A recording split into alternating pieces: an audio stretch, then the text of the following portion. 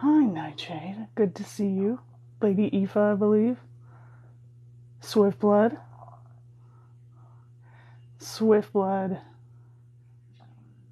I made a TikTok directly for you today, so you'll have to look out for that later this week.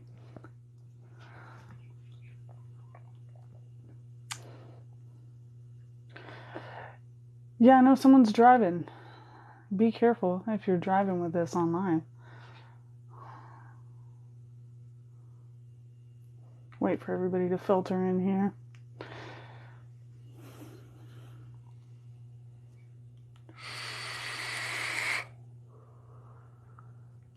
No, it's simply a joke aimed at something that you said earlier this week. You'll probably know it when you see it, but I'll alert you to it if you'd like. Hey, Insomniac and Crimson are here. Excellent, excellent. We're up to 10. Someone's missing tonight. Someone's actively missing tonight, right? From what I gathered in the Discord. Maybe.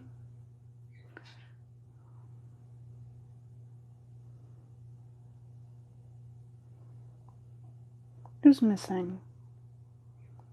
Someone's going to be missing tonight. I know that.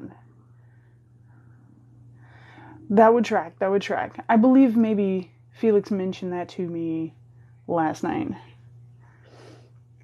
There we go. Okay, T Galaxy and Felix. Oh man, T Galaxy's not going to be here. T Galaxy is one of the only people who has read ahead and has read Johannes before and already knows what happens. So it's kind of fun because sometimes I make jokes that only T Galaxy will, I know, get. So that's unfortunate. And Felix is going to have to catch up. So, damn. That's all right. That's all right. How are you all? Are you all doing okay today? Aw, thank you. Full dino. I appreciate it.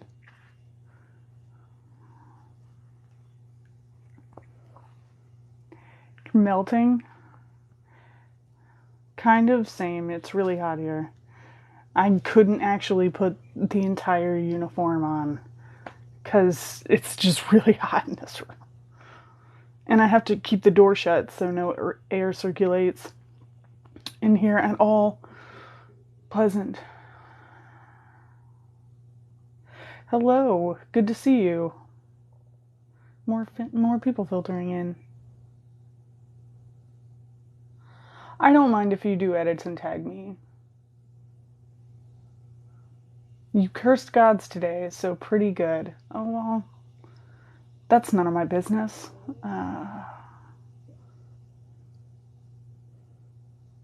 That's unfortunate. Johannes is not something...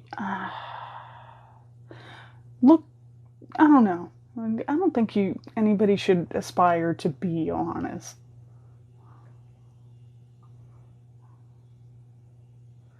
Oof, in the 90s. Unfortunate.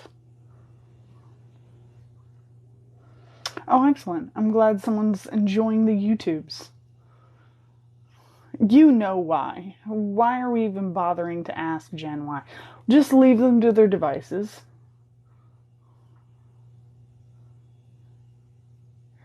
Oof.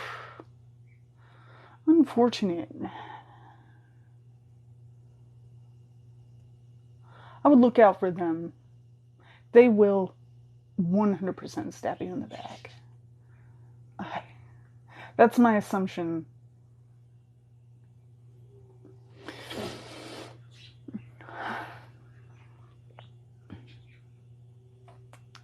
I think they know. I think they get more entertainment out of you all being worried about it than they do of the actual act itself.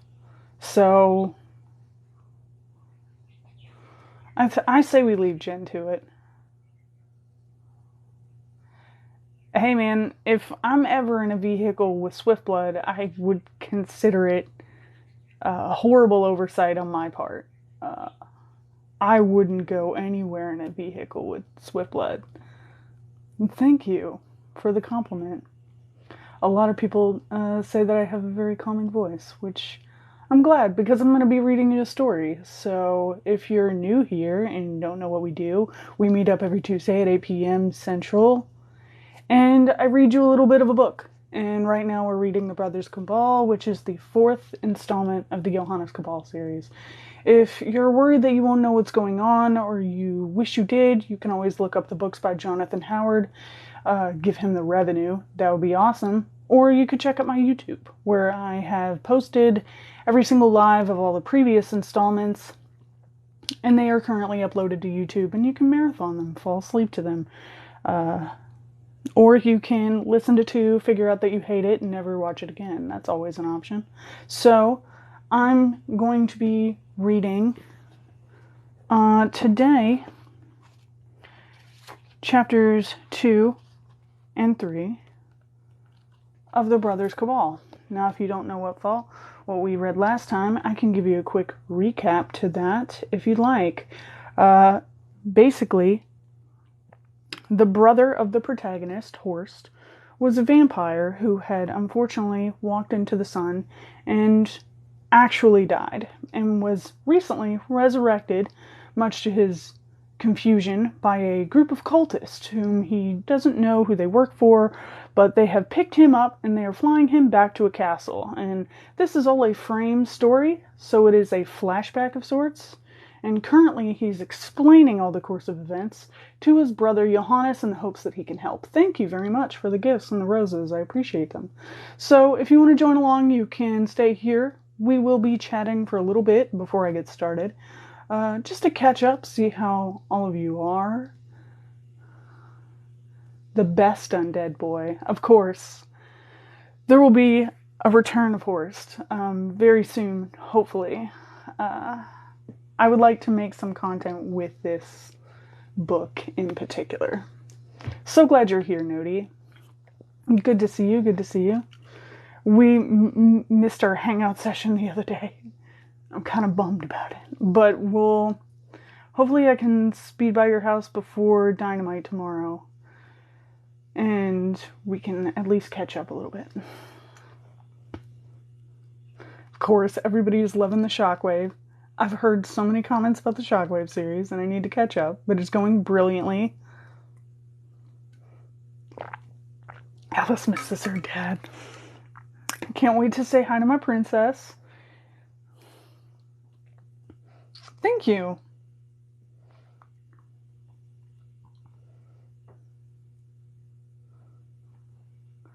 Everyone's so glad to see you.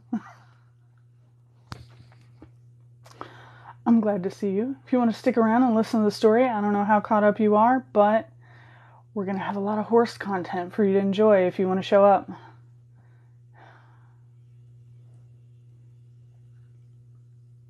Everybody's still going off about Swiftblood and cursing random deities.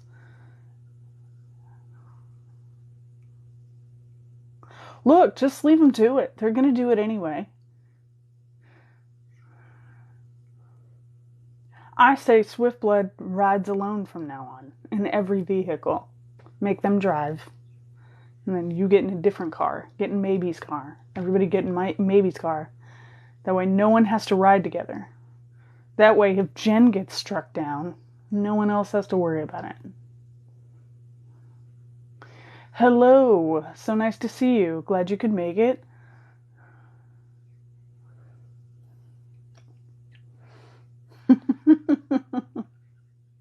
You had no issues. All right.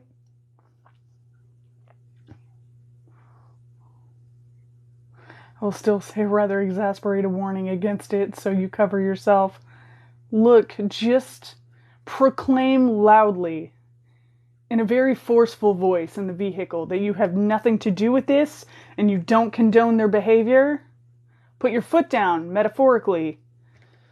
Not literally, there's not a whole lot of space. The best brother. What a good way of putting it. So we get a lot more of Horst's inner monologue in this book especially, which I really enjoy because you don't really know how Horst reacts to his own transmogrification, his own vampirism, until this book. And it's kind of a different side of Horst than what you get in the first book. It's a little more nuanced of a character this time than just sort of a goofy boy that's an extrovert and good with people and can run a carnival. Now we get a little bit more nuance to his own inner monologue and feelings about his own condition, so to speak. And primarily, this entire narrative is almost run by him. We get a little bit more Johannes halfway through, but most of it, Horst, which I kind of enjoy a lot.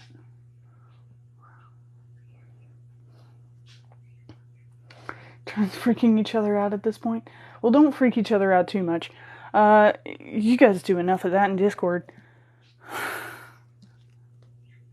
And also, I feel like as a palate cleanser, after every session that we get finished at the end of the night, for those of you who are still here, we'll do a section of the cat book that Ray sent me, which has random cat facts. So if you want to stay tuned for random cat facts at the end of the night, hopefully... I was like, how do I integrate this giant cat book? So thank you all for the idea of doing a minor cat segment at the end of the night, which I know I'll thoroughly enjoy because every single night I get a cat cleanser, and that is right before I go to sleep. I marathon every cat video all of you send me, so if you're worried that I don't see the cat videos, trust me, I see the cat videos. And I always enjoy them. Oh, was it the office cat? Or was it a different cat? Either way, I want to meet Office Cat. I saw a cat on my delivery the other day. I was going through... and it looked just like Alice, but like a little younger. Think young Alice. I have a couple pictures of young Alice on my phone, which is extremely weird to have pictures of your friend's cat on your phone. I realize this. The point is it looked very much like young Alice, but it was nowhere near where I know you reside. So I was like, wow, this cat get here. Oh, Office Cat. I love Office Cat. I want to meet Office Cat. Me and Office Cat are going to be best friends, and nobody can tell me otherwise. I do. It's so funny because anybody else who is not acquainted with this situation does not know why I have pictures of a cat that is not my cat. Very photogenic pictures that are clearly in a residence. And they're like, is that your cat? I'm like, no. That's my daughter. And no one knows what I'm talking about. It's very enjoyable to me. Thank you. Thank you for validating me, Lady Eva. I appreciate that.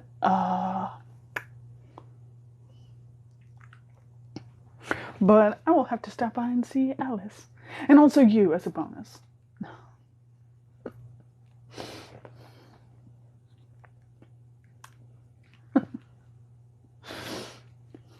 Alright, so we're going to get in to Johannes. Are you all ready? Do you all have your beverages and or pets? And or children that I'm going to read to sleep?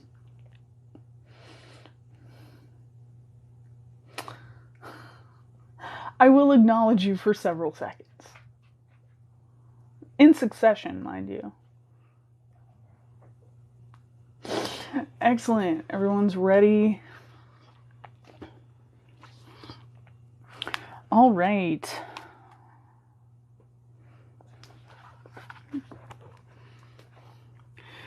Chapter 2, in which Horst makes the acquaintance of horrid people. The arrival at the castle had been carefully timed to occur shortly after dusk. that the Lord of the Dead would be up and about to able to appreciate the power and the glory of the grand scheme to which he was being introduced, and Cos had spoken to the yacht's captain to perhaps hurry things along a little so their undead cargo might be decanted while it still slumbered. But the captain said they were already at full speed, just to stay on schedule, and that they would arrive as planned. The only other option being to tarry a little and arrive late. Would that please Mr. Incos? The thought of being cooped up in a small space like the Catalyst with something like Horst Cabal was suddenly less bearable to Mr. Incos after the events of the previous night. And so, no, Mr. Incos would not be pleased by any delay. The captain had clicked his heels and returned to his post, and the yacht had sped on through the lightning skies. Now, hours later, in the darkness deepening her lines, the Catalyst angled her approach and swept down towards the landing area, prepared on the top of a wide circular tower, part of the great castle's central keep. The castle, a great looming monstrosity of clashing styles from both Eastern and Western Europe, stood above a small city that had certainly seen better days. Parts of it were in ruin, burnt to the ground during riots, while others were armed camps. It was a dying metropolis in a decaying country, and the castle rose above it all, haughty and unconcerned. It was a place for evil to fester, because none would or could stand against it. The castle was an abscess of corrupt ambitions in a place the world deemed unimportant, and so, within it, wickedness fermented, unseen and unchecked. Horst was a friendlier creature when they opened his box. He didn't mention that he had heard them lock the door previously, and knew full well their attitudes to him had changed. Even without smelling the fear that swelled from their pores, the tension was clear in their faces, and this he sought to diffuse with a smile and a weak joke about traveling cargo class. He also made a point not to mention that he had been conscious for some minutes already, and could have unboxed himself quite happily before they arrived. Better to give them an illusion of at least that much control over him, he thought. The return of the silly fop persona did much to settle their nerves, although he could still almost see a little extra adrenaline pulsing around their weak, mortal bodies to give them a head start on a fight-or-flight response should he suddenly decide that they were of more use to him as nourishment than companions. For all the good it would do you, he caught himself thinking, and crushed it down into a dark place in his mind that he did not recall being there previously.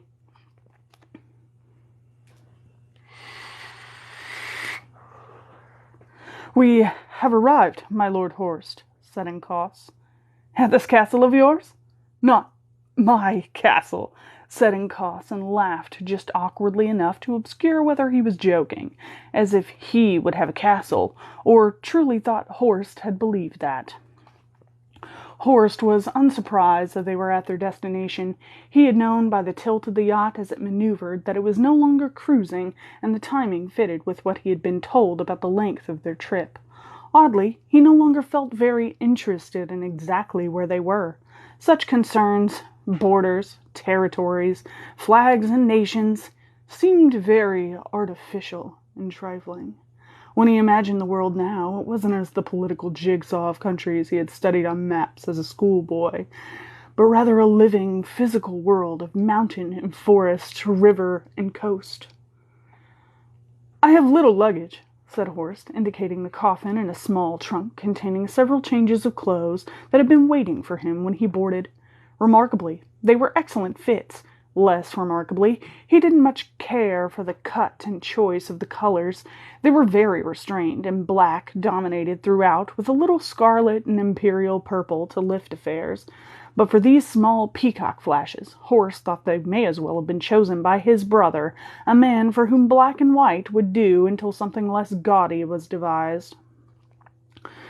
"That will be all attended to, my lord," said Incos, and gave a sideways nod at the coffin while looking at Balaam to tell him that this was now his concern, thereby satisfying Incos's personal definition of attended to. Balaam shambled off to talk to the captain about it, thereby satisfying his.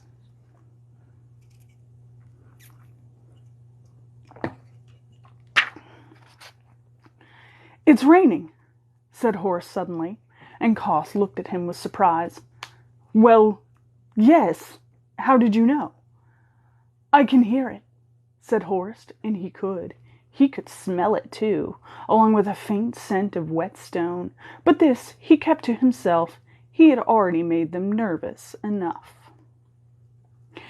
The rain was not heavy, but it was persistent, and it swept in waves across the castle roofs. The catalyst had not set down. There was not quite enough room to do that safely, but instead had dropped off anchor lines fore and aft that were gathered up and run through heavy iron rings deeply emplaced in the stout stone parapets. Drawn tight by the gentle ascent of a few feet, she was held in position, barely moving even in the gusting wind that came in from the east. It was clearly a well-practiced routine, and was carried out with familiarity and competence.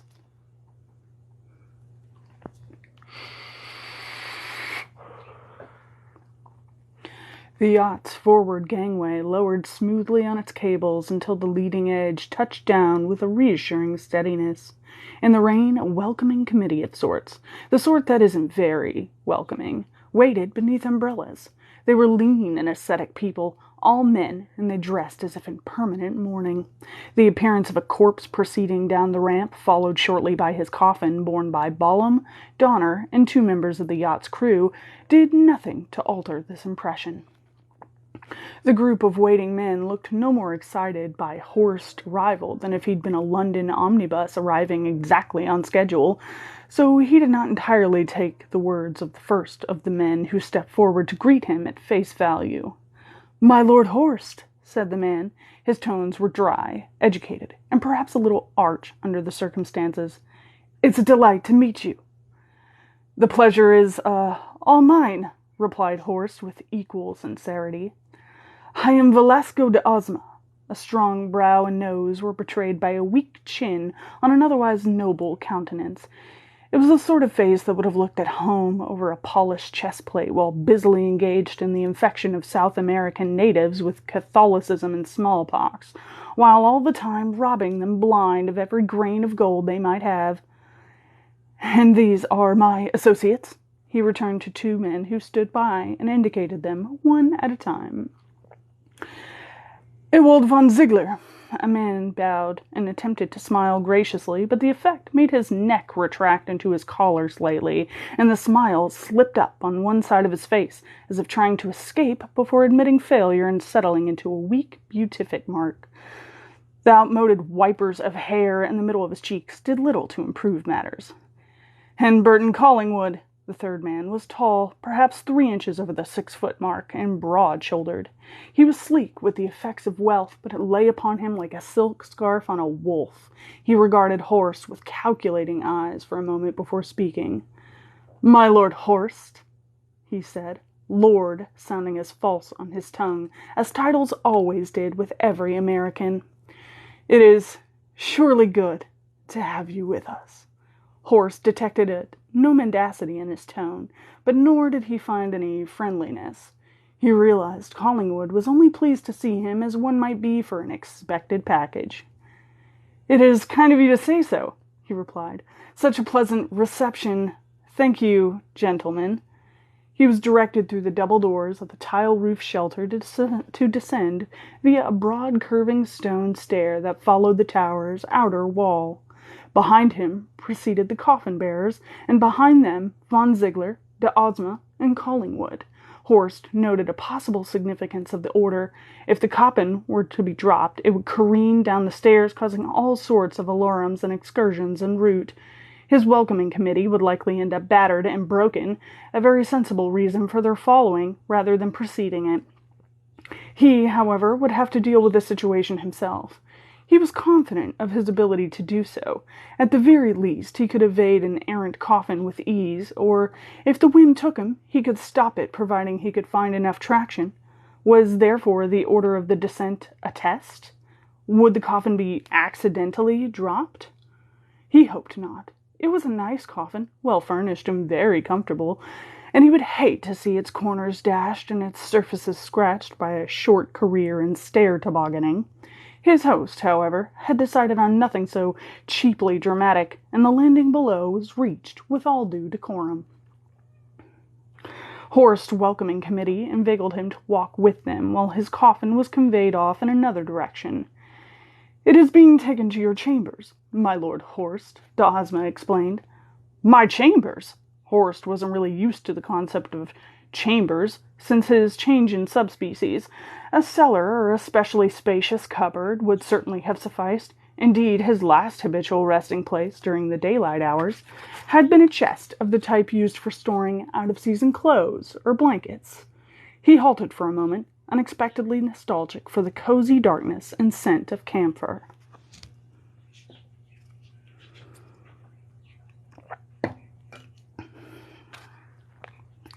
Misinterpreting the hesitation for displeasure, Ziegler interjected. "The windows have all been bricked up, my lord. All but one, of a northerly aspect, that is, through which the sun never shines." The men stood and regarded Horst, an implacable expression on Ozma's face that might even have been a hiding boredom, and all the time Collingwood watched Horst as a man might watch a snake at feeding time in a terrarium, his distant coolness a mask over an expectation of sensation. As for von Ziegler himself, the apparent eagerness to please overlaid an evident lack of surety, and Horst realized that this was a man unused to making accommodations for others in either the material or immaterial sense. "That is very thoughtful of you," was all Horst could think to reply to his own disappointment. Everything he said, however, seemed to carry a subtext for the men. They nodded sagely before moving on again. Horst followed, deciding as he did so to say as little as possible to them in the future. He wasn't sure whether to be pleased or irked that they believed him to be more intelligent, or wiser, or perhaps both, than he actually was. In any event, it was certainly wiser to keep them believing that, and he appreciated ruefully that there would be no quicker way of disabusing them of those notions than opening his mouth. As they processed, the Horst could not help feeling that they were in procession without an audience, and he heard the hollow beats of a dinner gong sounding some way ahead of him. "Ah, just in time for dinner," said von Ziegler. It was a lie. They had passed a low table upon which a French bracket clock had been sitting, and Horst had noted the time in passing. Unless it was customary to keep remarkably eccentric meal times in whatever part of the world they had brought him to, then the gong had been sounded specifically for their convenience. They arrived at what was apparently the dining room. A double doors closed, and beside it, a well-Macassar-oiled butler of the shimmering sort waited with the implacability of an Easter Island sculpture. On their approach, he opened the doors and moved smoothly through ahead of them, as if it were a dance step in a particularly graceful waltz. "Graf von Ziegler, Vicomte d'Ozma, Mr. Burton Collingwood, and," he announced, pausing a beat before continuing, "Horst Cabal," another beat, and then he added in an odd, rapid diminuendo like an English vicar finishing the parish announcements, "Lord of the Dead." Even while part of Horst's mind was wondering what Debray might make of that idiosyncratic use of titles, the rest of his attention was taken up by what greeted him within the room.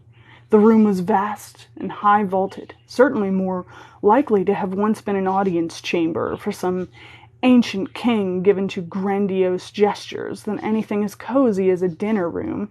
Feast for hundreds of revelers had involved a lot of throwing chicken legs around and the harassment of serving staff, perhaps, but an intimate tete-a-tete? Never. Within the great, echoing stone void of a hall, a dining table that would have looked impressive in almost any other setting stood a little beyond the center of the room from the entrance, and aligned along its long axis towards it. Despite the bulk and grandeur of the table, some 25 feet in length, it was still like having a picnic blanket in the concourse of a major metropolitan railway station, the place of commuters taken by the staff who stood around, white towels over livery sleeves. Even their practiced savoir-faire seemed insufficient for the setting. On the left-hand side of the table, a man and a woman stood talking, and they turned at the announcement to face the newcomers. A servant appeared unbidden behind Ozma and his colleagues, and Horst was very nearly startled by the appearance of another at his own elbow. His senses far surpassed those he had enjoyed when merely mortal, and so he was not at all used to people sidling up to him undetected, demonstrating that a good butler's school can teach stealth skills that would put the ninja of Japan to shame, as well as how to fold a napkin, starch a collar, and other abilities generally more useful to the world than throwing shuriken around.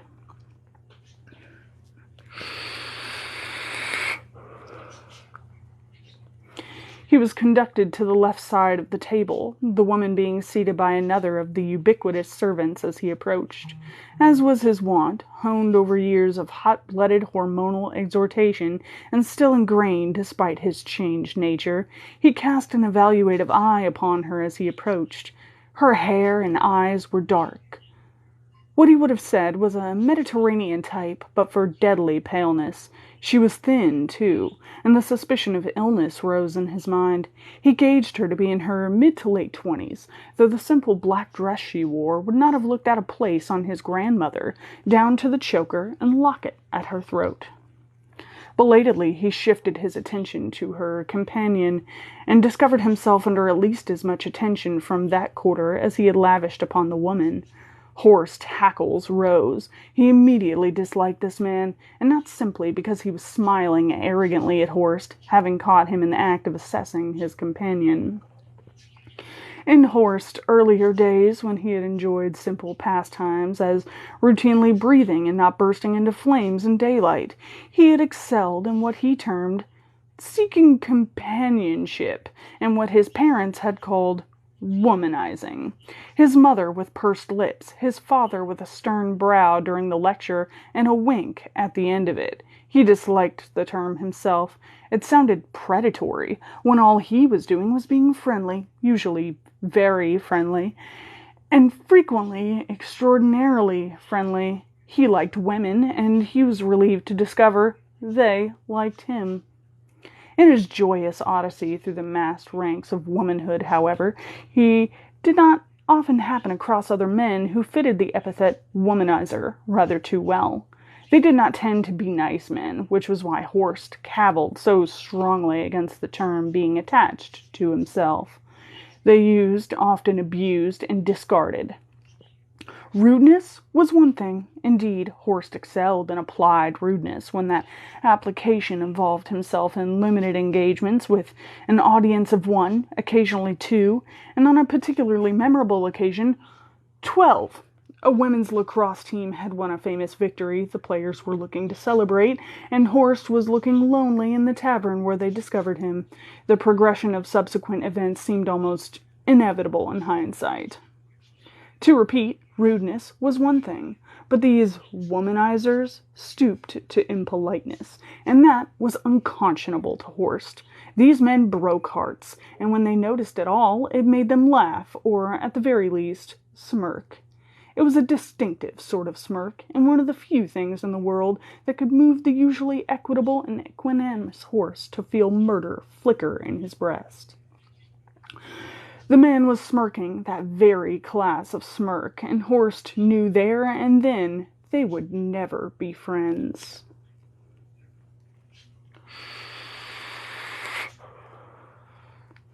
The head of the table was occupied only by a high-backed chair, no more decorative than any of the other chairs, but its height gave it the air of a throne. Horst remembered the whispered references to the Red Queen, and decided to ignore the chair until such time as it was occupied.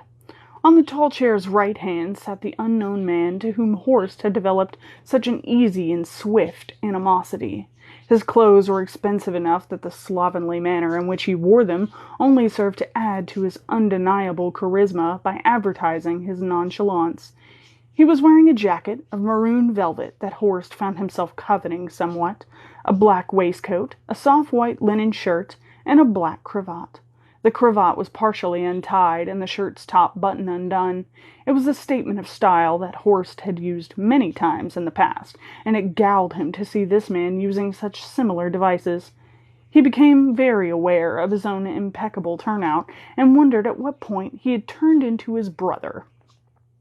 He would have to study some periodicals and find out exactly what had been going on between the period of his second death and his second resurrection. News and events he would get to certainly, but he would turn to the fashion pages first.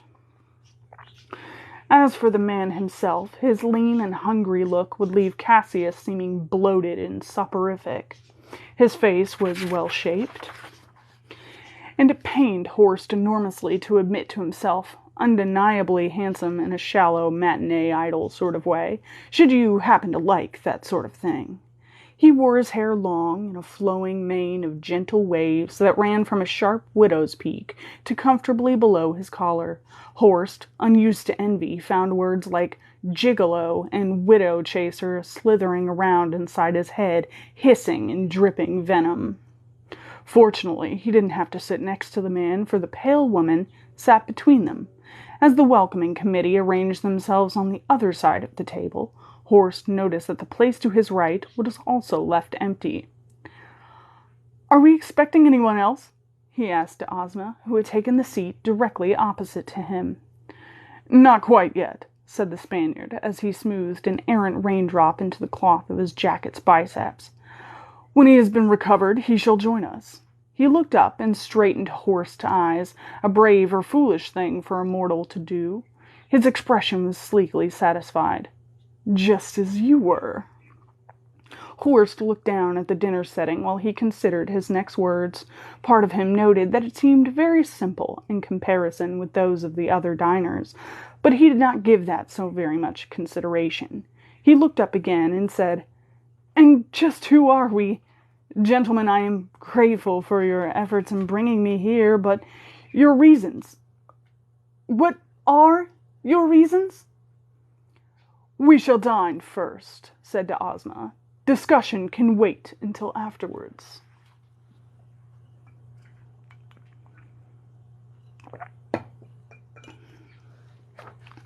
Horst glared at Ozma, and he felt that strange and all too atavistic sensation flex within him again. It would be simplicity itself to transfix the irritating little human and make him human. Horst bit down his emotions with difficulty. He had always been an even-tempered man, a man to whom anger was a rare and unwelcome visitor. He didn't like the way that somehow it had gained a latchkey. He liked even less how he had started to take a shine to his visits. And human? What had possessed him to think in such terms?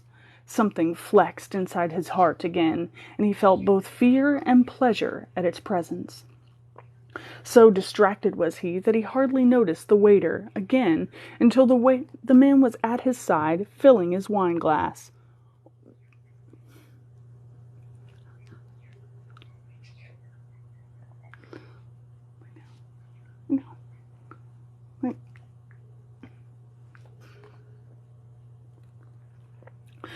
"No," said Horst, angry at himself, angry at these men, confused, uncertain. "I do not drink wine?" For now he saw it in his glass, red and opaque, and he smelled it, warm and tinged with iron.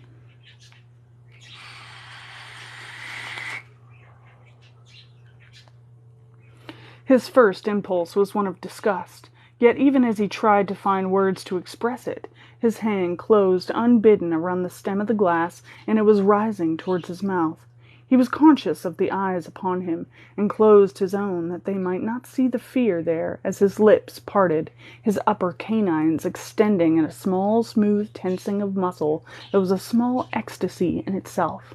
The tiny chink as one grazed the brim of his glass, his slow inhalation that drew the scent into his mouth where it stained his tongue with need, and finally the slightest inclination to start the warm, fresh blood trickling into his mouth. For the first time in his life, and his unlife, Horst Cabal was truly terrified, and it was of himself. The glass was empty. Somehow it was empty. He opened his eyes and saw the redness thin against the glass, the drops pooling inside. It took a small effort not to lick them out. Instead, he carefully placed it back on the table, resting his hands on the tablecloth, and looked at Ozma. Ozma hardly noticed him. Servants were fussing around, placing plates of food and restocking wine glasses with, in the case of all the other diners, wine. Horst sat and glared, fighting down a tempest of violent emotion, while these men who had raised him from dust and brought him here laughed and fluttered napkins and ignored him when he could have killed every one of them where they sat. And before the supercilious smugness of their expressions had time to fade, he felt like a bomb on the edge of detonation, a ferocious animal on a fraying leash. Didn't they know who he was? Didn't they know what he was? No, said Horst. The repressed violence sounded in his voice, like the warning cracks of thin ice underfoot. We will not discuss it later. We will discuss it now.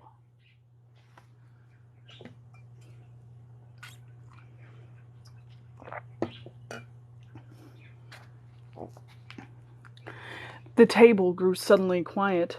Von Ziegler shot de Ozma a nervous glance.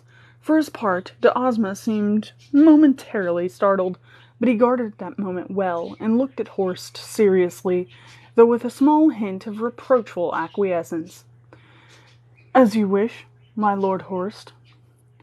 Horst! It was the man 2 places to Horst left. He spoke with an English accent, the Thames estuary evident in that single syllable. You never called Horst, are you? Then to the woman between them he said, Once knew a German girl, and her uncle was called that. She said it was an old man's name. Horst's head swung to face the man as smoothly and as threateningly as a gun turret. Their eyes met over the woman's head, and despite the violent animosity bubbling inside him, the man met his glance easily and arrogantly. Who, said Horst, the tight grip on his emotions making his voice toneless and mechanical, the fuck are you? Where repressed violence charging the air so strongly its stank of psychic ozone had failed to make much of an impression on the man, a single expletive succeeded. The woman squeaked, but whether with outrage, amusement, or amused outrage, it was impossible to tell, although whatever it was, it caused her to drop her fork. The man, surprised first by Horst's words, and then by the sharp tinkle of silverware on china, quite lost his aura of sang-froid for a moment. When he recovered it, it was no longer pure. Now it was streaked with wariness and hostility. It was Collingwood who stepped in as peacemaker. Gentlemen, please, we're all friends at this table, all with a common goal. Perhaps, he looked to de Ozma as he spoke, we should go along with my Lord Horst's suggestion that we, fill him in on what this is all about. That would be lovely, said Horst, forcing a smile onto his face. Thanks. De Ozma looked at his dinner, sighed, and put down his knife and fork, apparently not a man who could eat and talk business at the same time. Very well, perhaps you're right. We shall start with introductions. My Lord Horst, may I introduce you to Lady Misericord, Lady of the Risen, and my Lord Devlin, Lord of the Transfigured. My Lord, my Lady, Lord Horst, Lord of the Dead.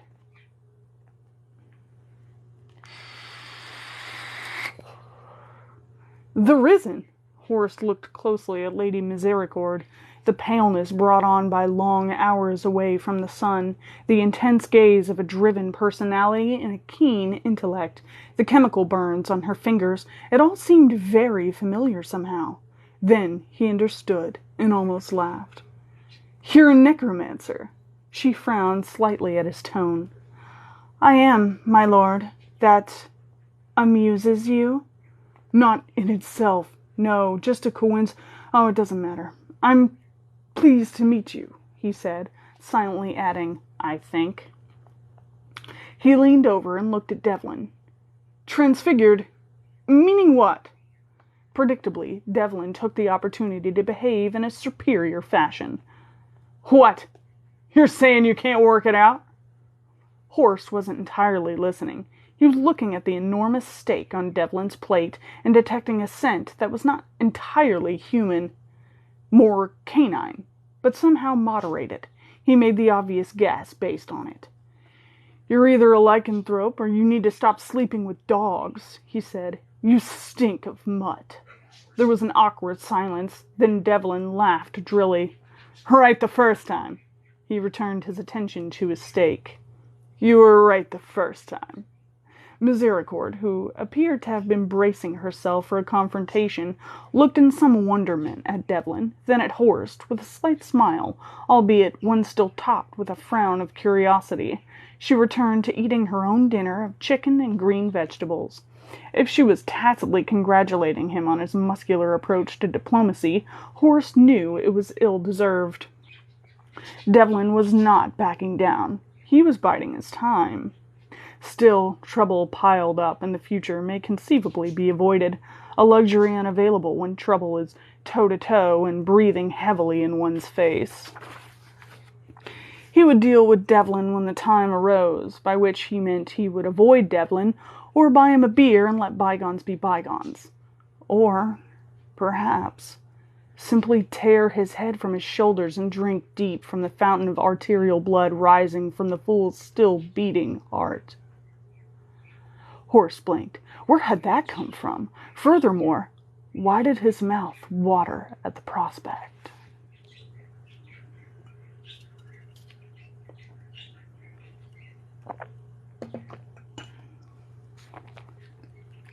He could smell blood, and he could hear the sound of one of the servants approaching, hear the weave of the cloth in the servant's trousers brushing so nearly absolutely silently as to make almost no difference. But he could hear it, hear the tiny creak of joints in the man's ankles, hear the slop of liquid in a bowl. Then it was in front of him. A red circle of blood and a gleaming white circle of the soup bowl against the matte whiteness of the tablecloth. His silverware sparkled so brightly, the orange light of the wall sconces and the great fire in the fireplace in the wall behind him. And how had he not noticed it before, when it stank of smoke and dry wood and coal? His silverware sparkled so brightly.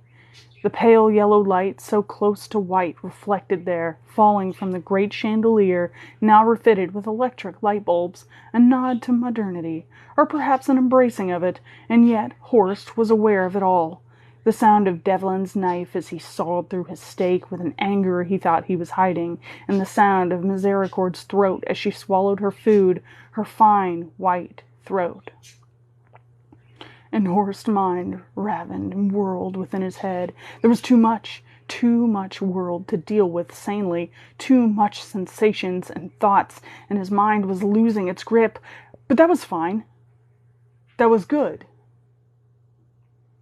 There was a new way of thinking, just waiting to be accepted. All he had to do was let it go. All that detritus he carried around with him, those inefficient ways of thinking, what his brother would have called thought processes, cloying, filled with muck that they just hurt as he tried to think through it. How did he? How did they? How had he ever put up with this garbage, this filth blocking his mind?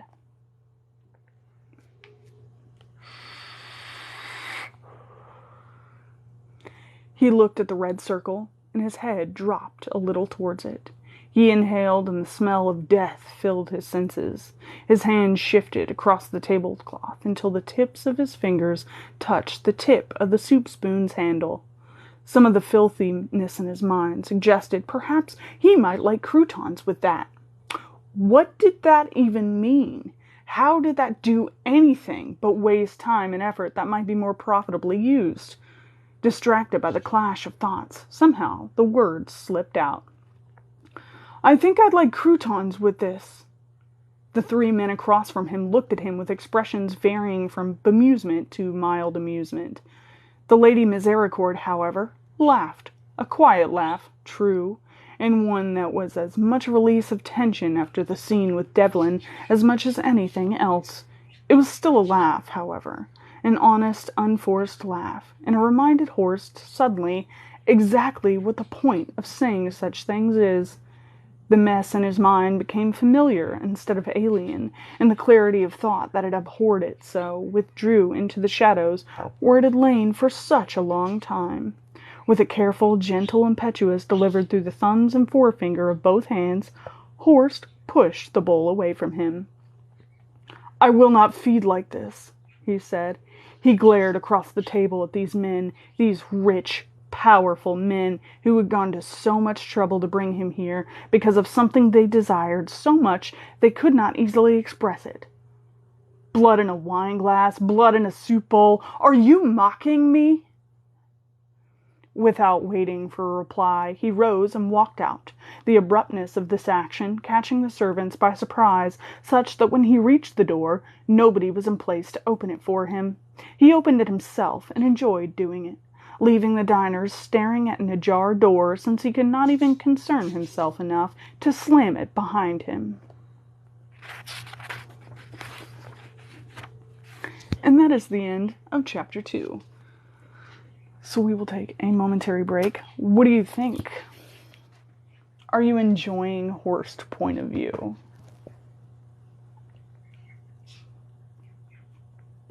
I like that there's this restraint that he has the entire time. And you have to wonder, did he have that in the first book? Because we're never told anything from Horst's perspective in the first book. You're only told through Johannes. So did he have this restraint the entire time? This temptation the entire way? And was that partially the reason that he unalived himself in the first place? He had difficulty succeeding in keeping a stable equilibrium mentally enough. You also have to consider he was locked in a crypt for most of his time as a vampire, which already starving, already socially secluded, and then the first year he's out, by the end of the year, he kills himself. So, has he been dealing with this the entire time? Is that partially why he has such a disdain for himself now? Oh, hello. Hi, nice to see you.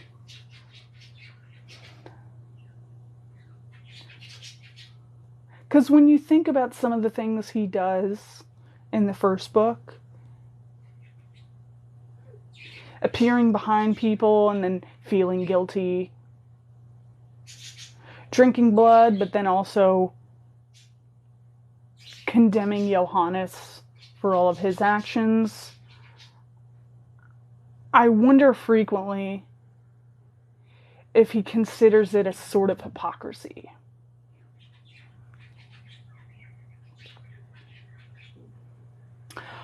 I won't ask, but I hope it went well. Yeah.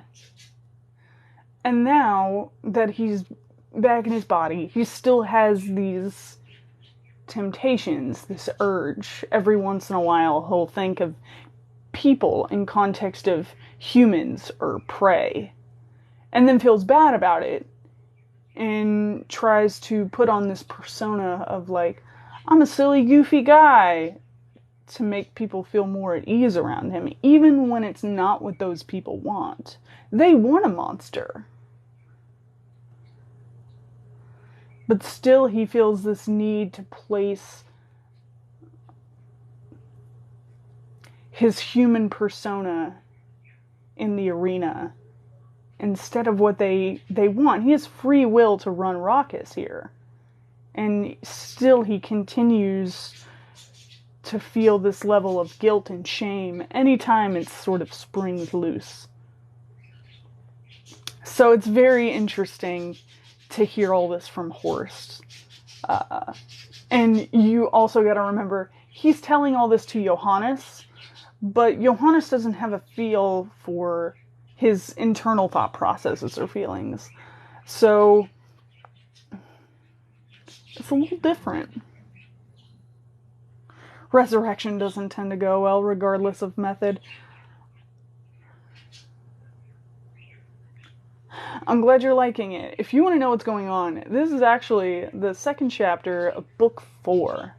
So you've missed quite a bit, actually. Now, if you ever want to listen to the rest, the entirety of the previous 3 books, as well as several short stories pertaining to these characters, are all on the link in the YouTube in my Linktree bio, and you can find them there. You can also read the entire series. It's called Johannes Cabal the Necromancer. It's by Jonathan Howard. I'm so proud of you. Keep up the good work. Keep the goth alive. Good Pond. Pond interrupted. She had to make an appearance for her adoring public. Pond, where are you going? Pond, come back. No, wait, don't go up there. No, Pond. Don't knock that over, please. Don't. You want to come up? Okay. Yeah, come up here. Come up here. Come on, get in your spot. That's cosplay stuff. Don't lay on that, and that's uncomfortable. It's also plastic. Come over here. Please don't eat plastic. Okay. I'm constantly reminded of that reversal of the audio. If I only could make a deal with my cat. Nope. I can't make a deal with my cat.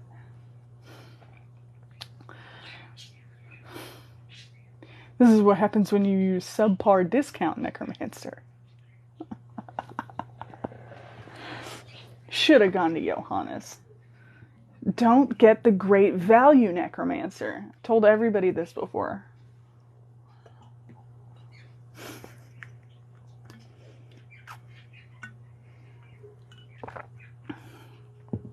But we are in the thick of it. So this is what Horst is experiencing and why he's presumably come back. So he's been recruited in a weird cult regime led by a red queen. Nobody knows who they are. And we have in our ranks a werewolf, a necromancer, and a vampire. Nodi was in here earlier. I'm going over to their house tomorrow. I gotta see my daughter. I gotta see my cat. So I'll be seeing them shortly. But they popped in earlier to say hi to everybody, and then I think maybe they had to go, but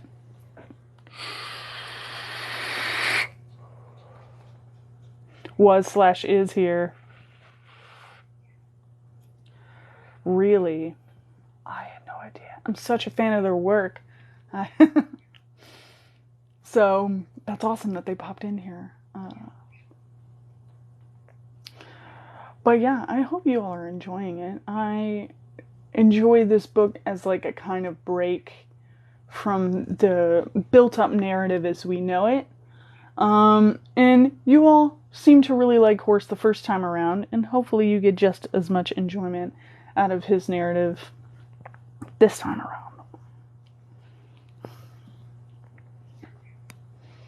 Oh, thank you. I like reading to people.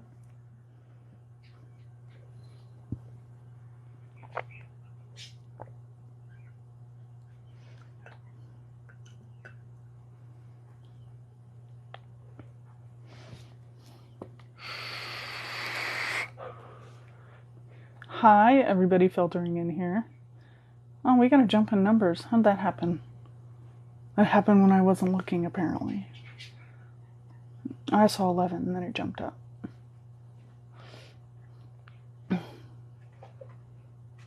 King Explosion Murder Baku. Oh, that's so sweet. She thinks I can't hunt for myself. Don't worry, I can hunt. It's fine. But I appreciate the donation. Tell Lucy she's wonderful and I love her. I love all of your cats. Tell all of your cats that they are the best cat.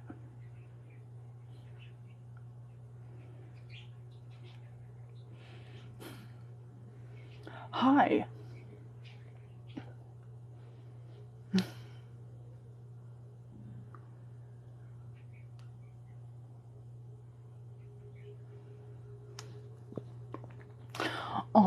adorable. Yes, everyone, let your cat know that you love them. Let them know that I love them. Let them know that they're the best cat. Aren't you, Pond? Even though you're laying on plastic, it's okay. She's not eating it anymore, and so that's all that matters.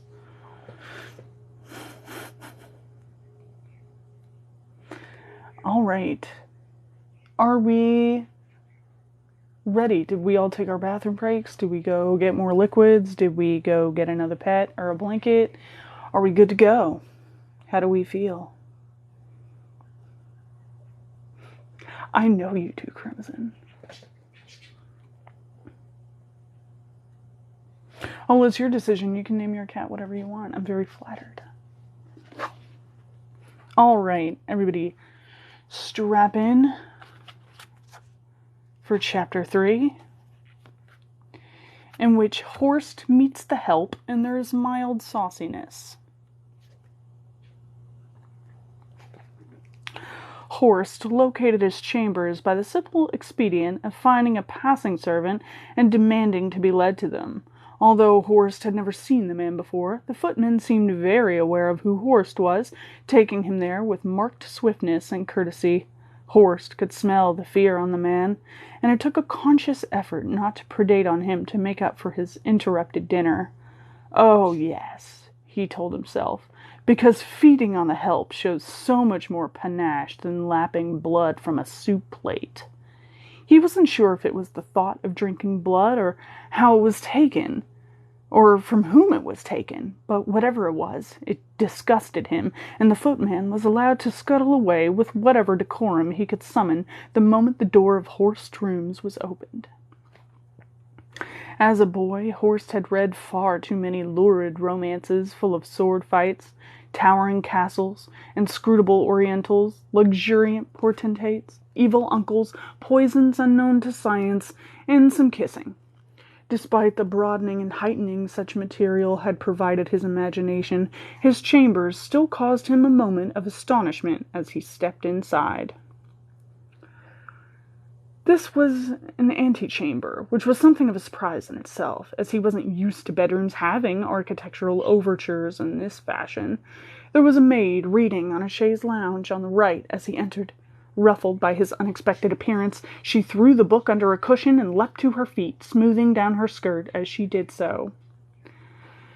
"Who are you?" demanded Horst, his own surprise manifesting as curtness. "Alicia, mein Herr, my lord," she said, the correction following the error without hesitation. "I am part of your staff." "Are you? Well, that's—" He stopped to consider whether he had heard right. "Staff? I have staff?"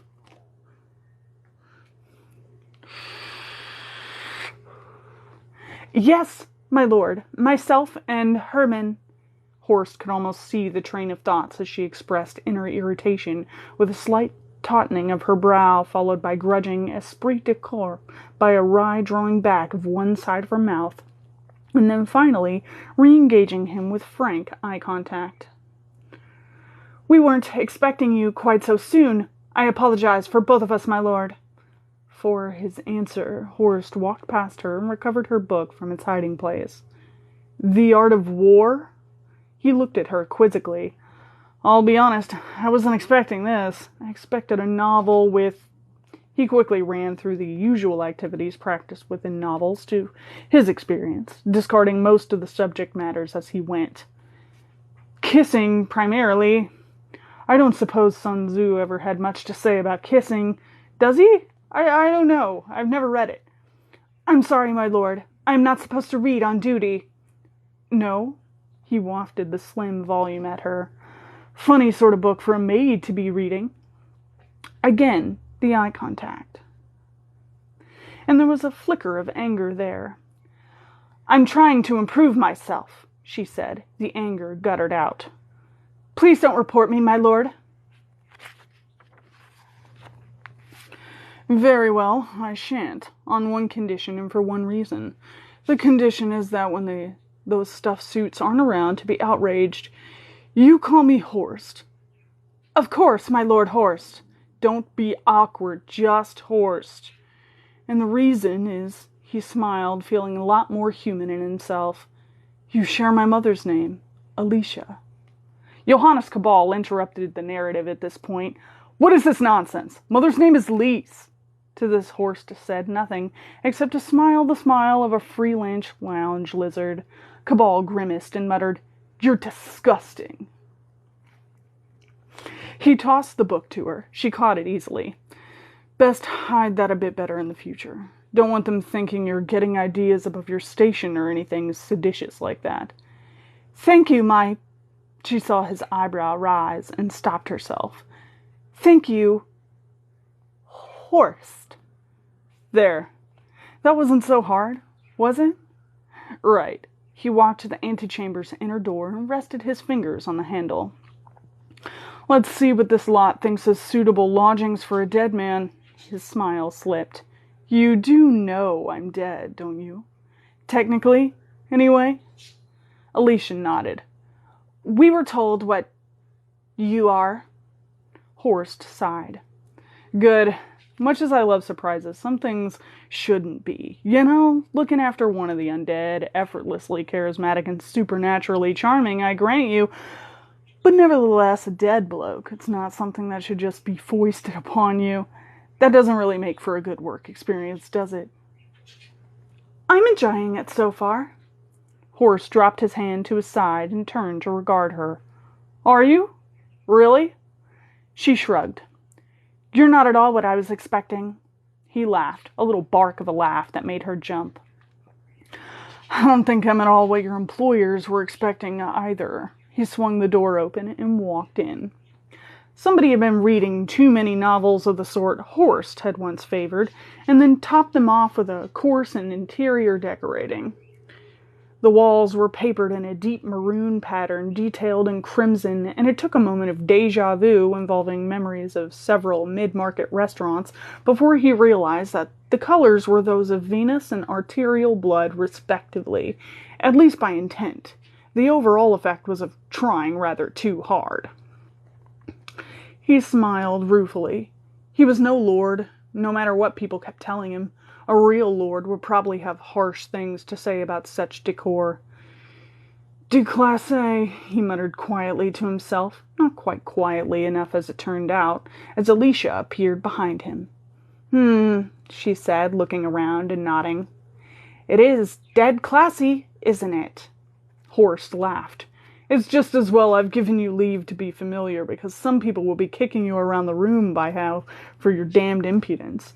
I gather you're new to the whole business of being in service? Alicia looked a little crestfallen. I'm sorry, I'm not doing a very good job of it, am I? Horst was only half listening. The large room he was in was some sort of reception room, or possibly a lounge, full of candle stands, overstuffed sofas, and low tables. He looked around and saw a door standing open. This, he gathered, was the bedroom, although the bed itself was no longer in evidence. Instead, his coffin stood on an impressive bier of red and black silk, each corner guarded by a tall flooring standing candelabra, each bearing 3 black candles. Oh, good heavens, he said to Alicia. Will you look at that? It's all very pretty and everything, but how's a chap supposed to get in there? He took a couple of steps closer, craning his head to see further into the room. Is there a footstool or anything handy? All those candles are dreadful fire hazard, too. You'd think they'd have electrical lighting in here, all the money that's washing around, wouldn't you? He received no answer, and turning to Alicia, found her wearing an expression that contained elements of amusement and puzzlement. Have I said something funny? He asked. No, Horst, well, it's just that you're really not what I was expecting. Oh, Horst noticed the one remaining window in the chambers, arched double French windows opening onto a semicircular balcony.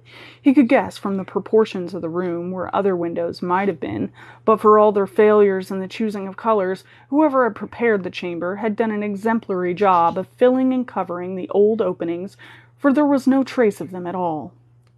And what were you expecting? This faces north, then? Just something Somebody more... Yes, that's, north. Somebody a bit more... Horst reached the balcony and leaned on the stone balustrade. Looking over the edge, he could see the sheer curved wall of the castle's corner tower extend into the gloom to its foundations within a narrow grass-covered bank, beyond which a moderately sized river crept sluggishly by, protecting the castle within its natural meander. "The part?" he asked. "A bit more scary," admitted Alicia. For a moment, Horst felt a sort of dizziness, but it was nothing to do with vertigo induced by the view, or even any sense of instability, physical or psychic, he had ever experienced before. He felt divorced from everything for a moment, more invulnerable than the great castle, and with a sense that he would outlive it.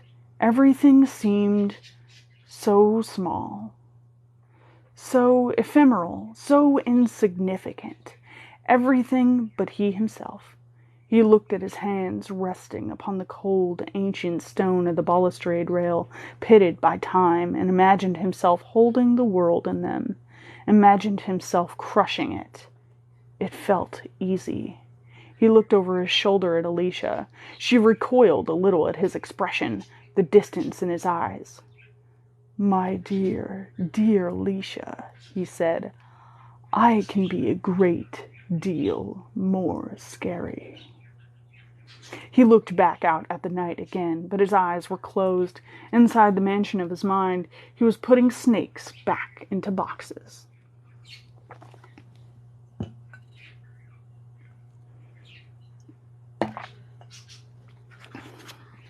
"I'm sorry," he said eventually. "I've been given a role, and I keep finding myself playing it instead of myself." Alicia did not answer, and when he turned to look at her, he found her gone. "Nicely done," he said out loud to the empty room. "Wonderful, that's a year's contact with Johannes ended up, and his social skills rubbing off on me, and not vice versa. That worked out well. Or maybe it was mutual," he mused. Perhaps right that moment, Johannes was in a tavern somewhere, employing a warm eye, an easy smile, and an insouciant line in chat to add new recruits to his coterie of adoring women. Horst smiled at the image until it faltered at the memory of why Johannes would never do such a thing, would never betray the one woman he'd sacrificed so much for. Then the smile vanished altogether. Of course, silly of him. His brother was dead and in hell. How had he forgotten that, he wondered. After all, Horst had put Johannes there himself. He looked at the clock, and suddenly eager to be back in his coffin and insensible. Things usually seemed better when he was incapable of thought. The hour was late, but only to the diurnal. He realized that he wasn't even sure of the time of year. There was a nip in the air, and he had a feeling it was early autumn, even if the leaves hadn't started falling yet. Still, it could be early spring. No, nobody had even told him what year it was. Perhaps that was because he hadn't asked anyone, and it all seemed so stupendously irrelevant in the days immediately after his rebirth, when it had all seemed a little dreamlike. But now he was up to his knees in rich men not explaining things to him, and lady necromancers and men whom he disliked for reasons that he appreciated weren't just to do with how they wore their cravat. Now, he realized he would have to start being much more methodical. Not really for reasons of self-preservation nearly so much as curiosity. He'd been dead twice now, and was beginning to understand why it had concerned Johannes so little. There had been nothingness.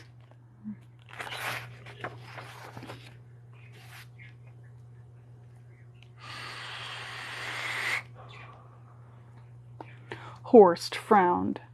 Why hadn't he gone to heaven or hell? Johannes had been very vocal about his scorn for the former and personal animosity for the latter. Shouldn't Horst have found himself in one place or the other?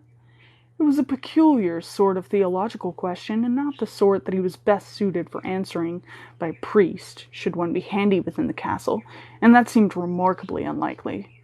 Again, Horst found himself wishing Johannes was about. It was a shame about the whole sending his brother to hell thing. It had seemed like a good and moral thing to do, but Now it was turning out to be a bloody nuisance. Where was he supposed to find a necromancer at this time of night? There was a gentle, perhaps nervous tap at his door.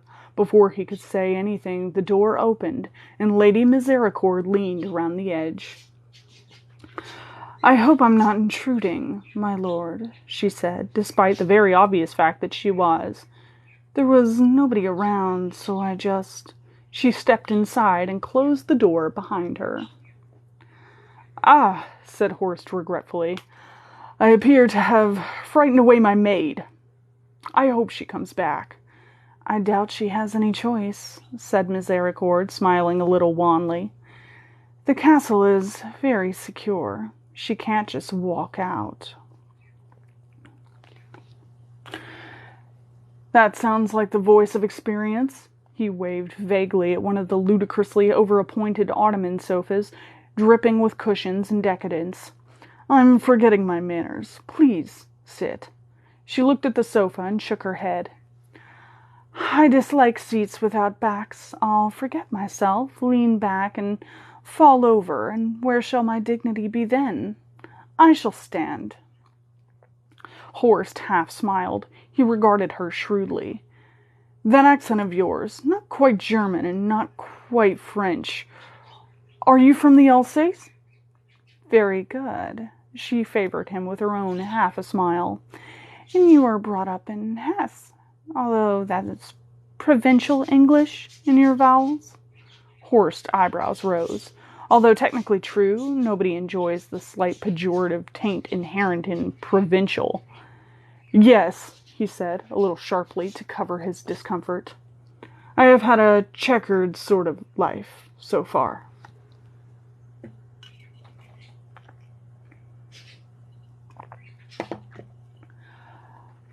"Life, perhaps not the perfect technical term for it," she said, "but it'll have to do." Horst gave her a hard look. According to his upbringing, there was certain subjects that it was ill-mannered to raise in conversation with new acquaintances, with the likes of politics, religion, fateness, and house prices. It seemed reasonable to assume that being dead was likely to be somewhere on the list. "So," he said, when it became apparent that his hard look was not doing all it might in humbling her, "you're a necromancer." "So," she replied, "you're a vampire." An awkward silence followed, as if they had just met through the offices of cryptic dating agencies. "I believe I shall sit, after all," said Misericord. There followed a few moments of silent reorganization. A good number of cushions ended up on the floor, from where she did not trouble to recover them. Finally, she arranged herself with little difficulty, but with decorum intact. Half reclining, she looked up at where he stood across the room from her. "I can hardly believe that you've come along with this so far and have no idea what it's all about, my lord." He considered asking her to call him by his name rather than the very new and, to his ear, very false title, just as he had done with Alicia. But he considered he liked Alicia, so he would let Misericord continue to wrestle with the title for a while. "It was hardly my choice. I was just lying around minding my own business when some of their—" Here he gestured sideways with a jerk of his thumb in the general direction of the dining room. "Hirelings turned up.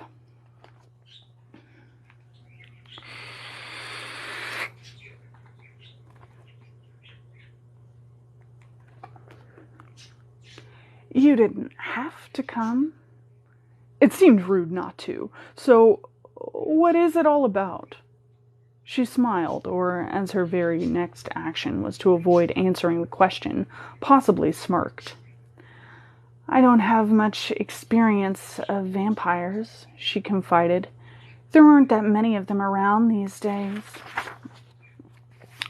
"You probably know more than I do. Now, this little group we find—" "No, there aren't.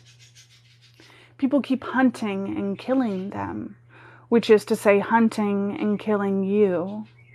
Still, that's what you get for trying to predate upon humanity.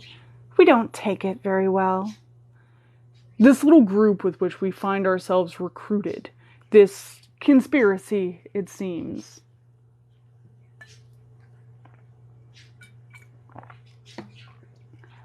Our little cabal. Yes. The woman really was infuriating, Horst was finding. Now that she was ready to talk about the subject, she threw that needless little roadblock in the way. Not the term I'd use for obvious reasons.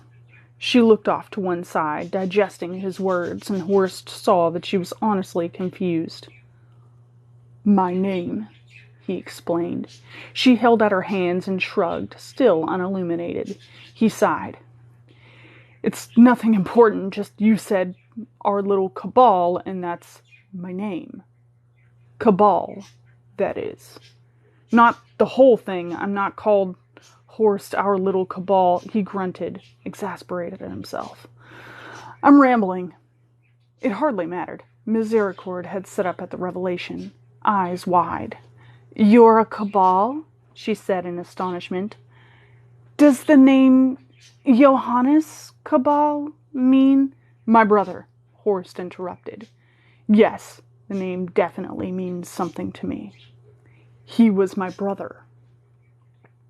A modicum of a new expression was coloring her surprise, and Horst, who was bracing himself for the usual hatred and name-calling, had to remind himself that he was not in normal company when he saw that the expression was pleasure.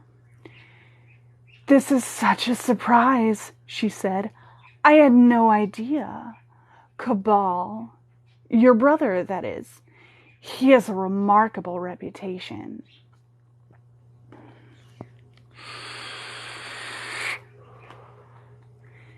Infamy, he corrected her.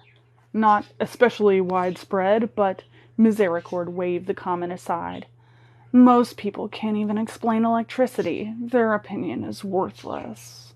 Horst laughed, though slightly troubled. You sound just like him. That, she said with emphasis, is a compliment.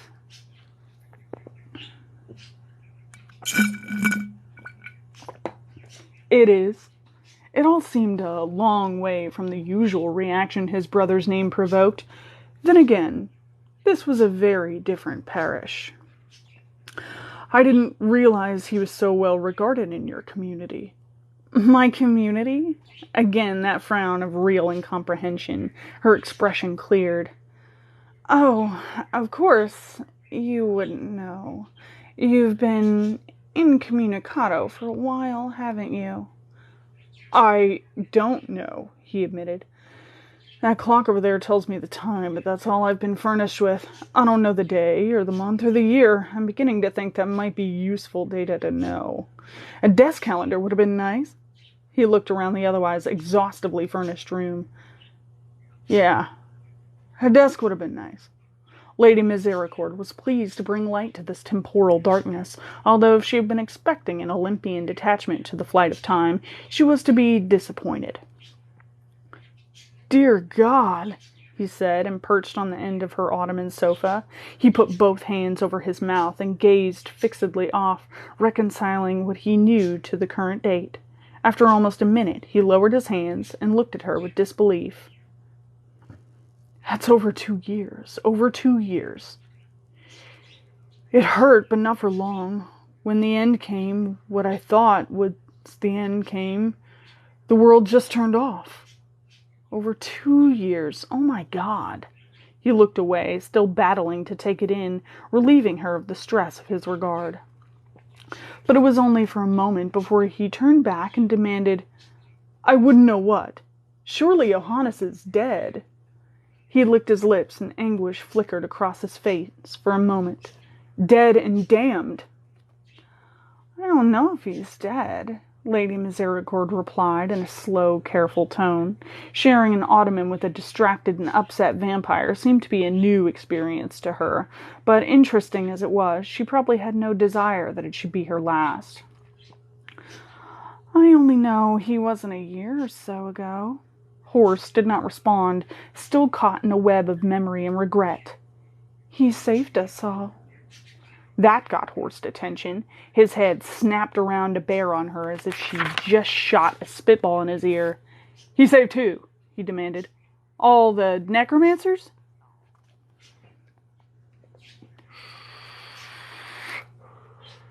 No, she smiled as she shook her head. She had read animosity in his reactions to mentions of Brother Johannes earlier, but she saw a very human concern beneath that now. No, he saved everyone.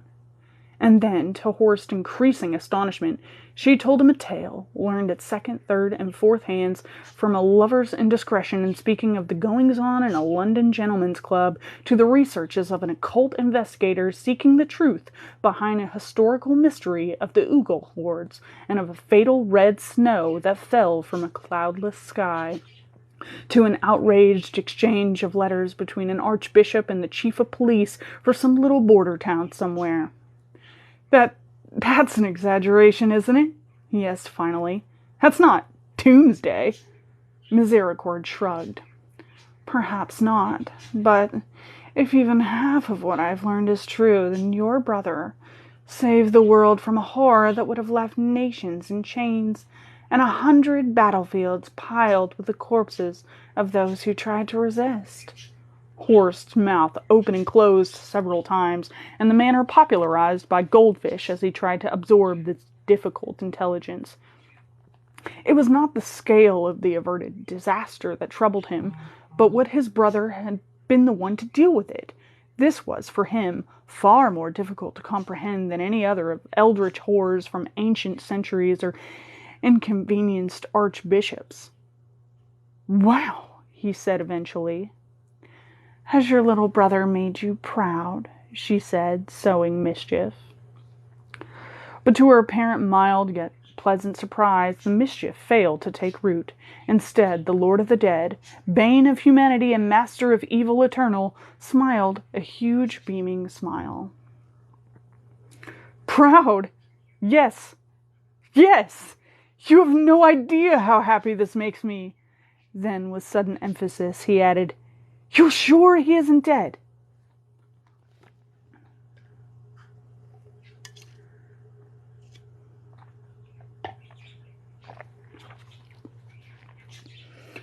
"I have no idea if he's alive or not at the moment, but he was alive a year ago."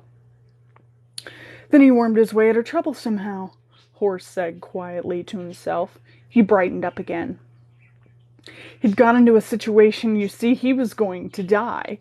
No possible way out of it, one would have thought. Still, if anyone could do it, he could. Slippery swine that he is." He rose to his feet and started pacing. "Just as well. There to save, or probably save, or at least save quite a bit of the world. There when it mattered.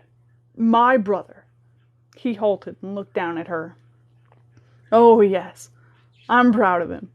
He was smiling, and Misericord saw. There was a little extra glimmer of light in his eyes. Horst blinked fiercely, distractedly, and the glimmer vanished. "So," he looked seriously at her, the joy of a moment before evaporating as he reordered priorities and resorted the factors that made up his current circumstances. One large factor was still notably absent, and priorities could not be arranged without it. "Why are we here?" He held up his hands, fingers spread, a gesture that, combined with a suspicious twitch of his eyes to take in the left-hand wall, ceiling, right-hand wall, indicated that he was talking about the castle rather than in a larger philosophical sense. "What is the business of those men?" "They call themselves," said Misericord, leaning back into her nest of cushions to regard him, "the Ministerium Tenebra." "Do they? Do they indeed?" He thought for a moment. "That's not very good Latin, is it? Is it?" "It's fine." Horst considered further. "Something to do with shadows, isn't it?"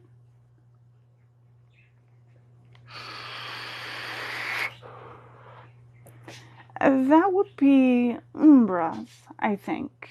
"Oh, of course." He scratched his head and laughed self-consciously.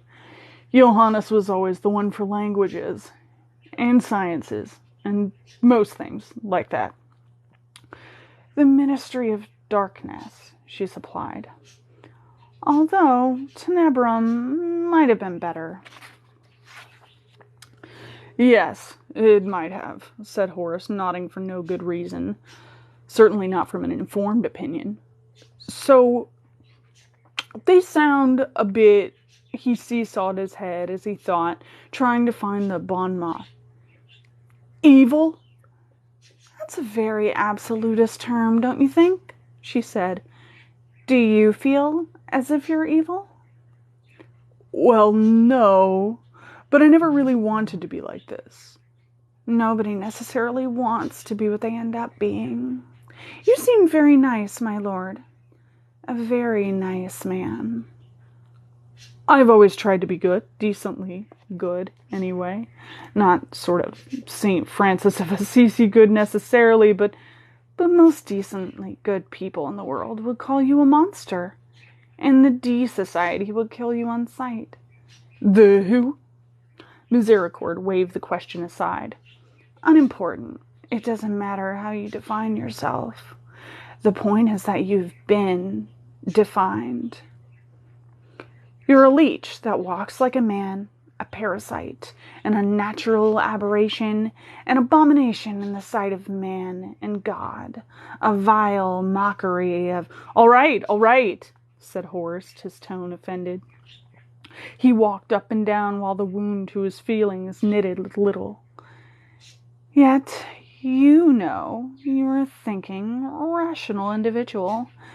It is unjust how you're treated.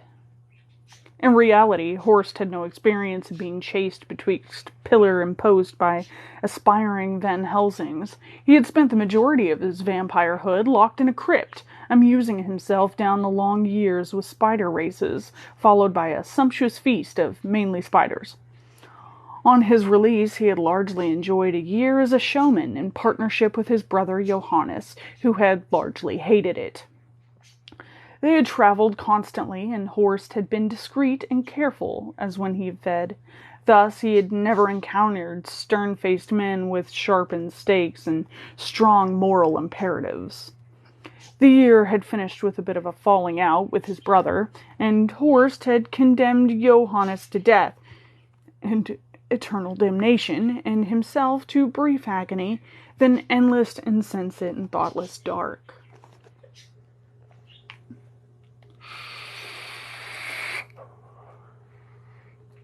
Except now it transpired that Johannes was not only dead and not damned, but was actually doing things that, for lack of a better description, would have been characterized as good.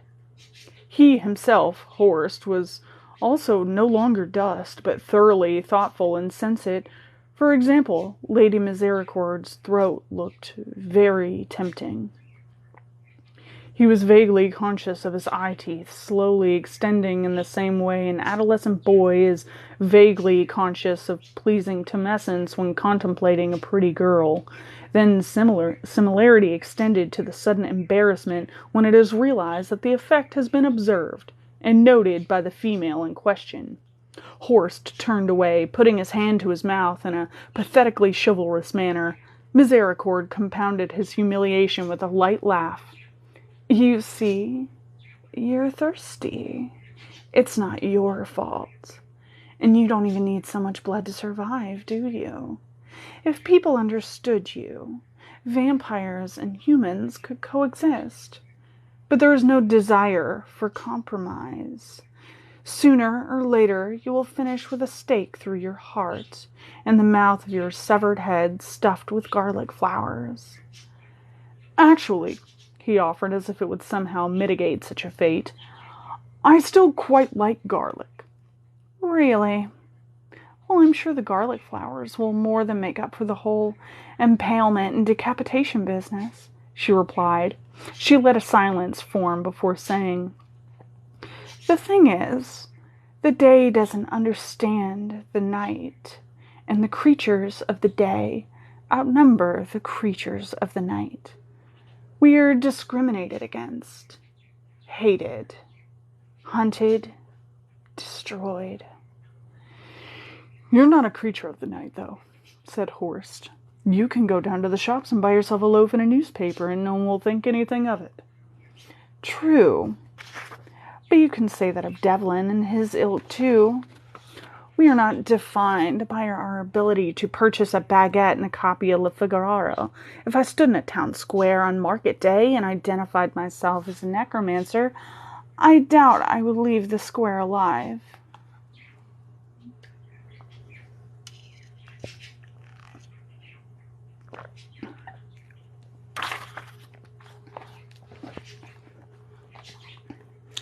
Horst thought of his brother's travails and did not argue. It's always been that way, though, he said. You just have to keep a low profile. Do generals keep a low profile? They send tens, hundreds of thousands of men to their deaths, killing more in a day than we might be responsible for in a century. Do the politicians who create those wars keep a low profile? Her gaze became intense, her words evangelical. Don't you understand? We are not the monsters. They call us that because they have the numbers and the power, and all we can do against them is run and hide and keep a low profile. She said it with a pent-up disgust that Horst had seen his brother express, albeit with different emphasis. To his brother, the denizens of the day and the night were all equally obstructive to his researches, and he gave them all short shrift. Greengrocer to Gorgon, showgirl to succubus, they had all been put on the earth to get in his verdammt way. She continued, So, we have had enough. We shall marshal our forces and make a stand against them. We shall carve out an empire of the night for ourselves and defend it against them. We shall force them to negotiate and to compromise with us. Horst regarded her with astonishment. While the ministerium was clearly organized, well-funded, and capable, he had assumed its aims would be relatively small and focused, albeit achieved by its supernatural agency. The titles assigned to him and the others suddenly made a dreadful sense to him. They were not simply exercises in sycophancy. The intention was that they would indeed become nobles in this new nation of shadows, and to achieve that, they would first be generals. That's what we're supposed to be, is it? He demanded of her. We're to raise armies? Very literally in our cases, yes. Now you understand, my lord of the dead. I shall raise dry bones and revenants. Devlin already has a regiment of shape-changers at his back. Not just wolves, but bears from Scandinavia, tigers from India, foxes from Japan, hyenas and lions from Africa. You will create more of your line to become commanders in elite troops, and when the Lord of Powers is brought to us, he or she will summon outsiders to fight for our cause and forge nature herself into a weapon. The mundane world will have no defenses sufficient to resist our army. They will negotiate a settlement, or every night we will bring new suffering to them.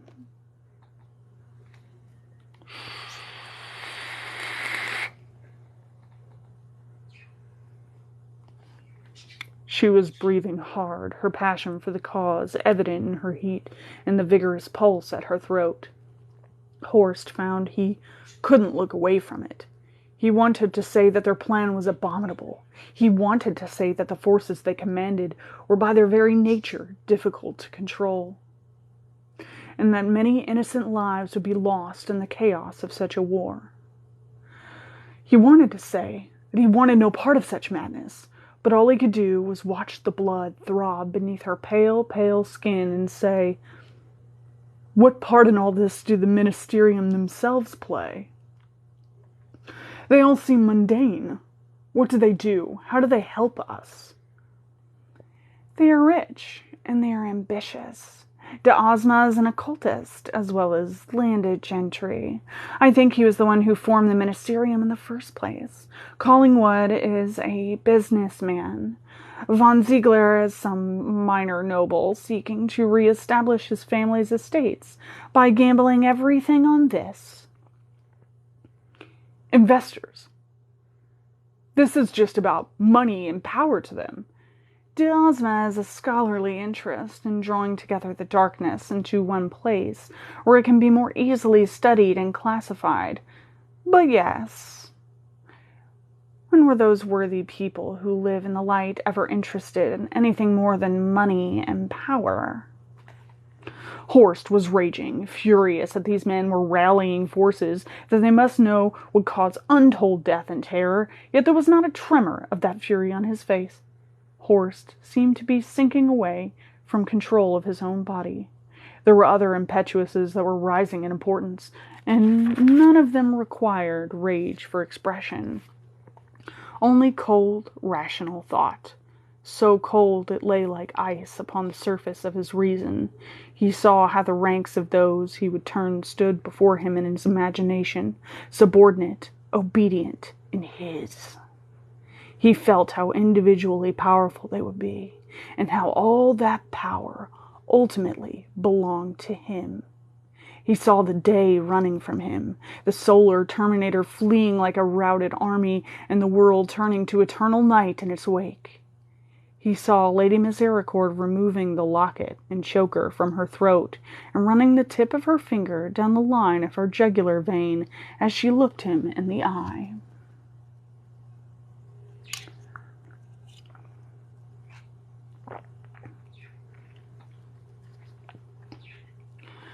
"That glass wasn't enough, was it, Horst?" she said. "You must be so very thirsty." He sat astride her before he knew it himself. She gasped in surprise at the suddenness of his actions, but then laughed the delighted girlish laugh of getting a long-sought pony for her birthday. He was hardly aware of it. The coldness in his mind was turning to a single icy need, and he no longer knew how to control it. "So eager, aren't you? So needy." She turned her head to expose the vein, coquettishly veiled in skin. "Just a little, darling. Just a goblet's worth. We both need to be ready for tomorrow night." She sighed as the fangs penetrated, and held his head as he drank. She lay complacent and aware as Horst fed. Beyond the obvious, even an astute onlooker would have been hard put to decide exactly who was taking what from whom. Certainly, watching through a small gap where the door to the antechamber had been left ajar, it wasn't at all clear to Alicia.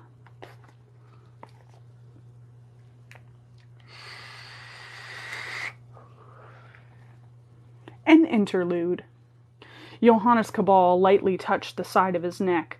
A close examination in good light might have revealed 2 small scars, as from punctures, fractionally paler than the already pale surrounding skin. The gesture was unconscious, but Horst pulled a sour face when he noticed it. "Once," he said. "I did that once. And to be fair, it was at least in part because you were being such an arse." "As I recall, I was running away," said Cabal, lowering his hand to join the other one on the counterpane. "In what way does that fit your recollection?"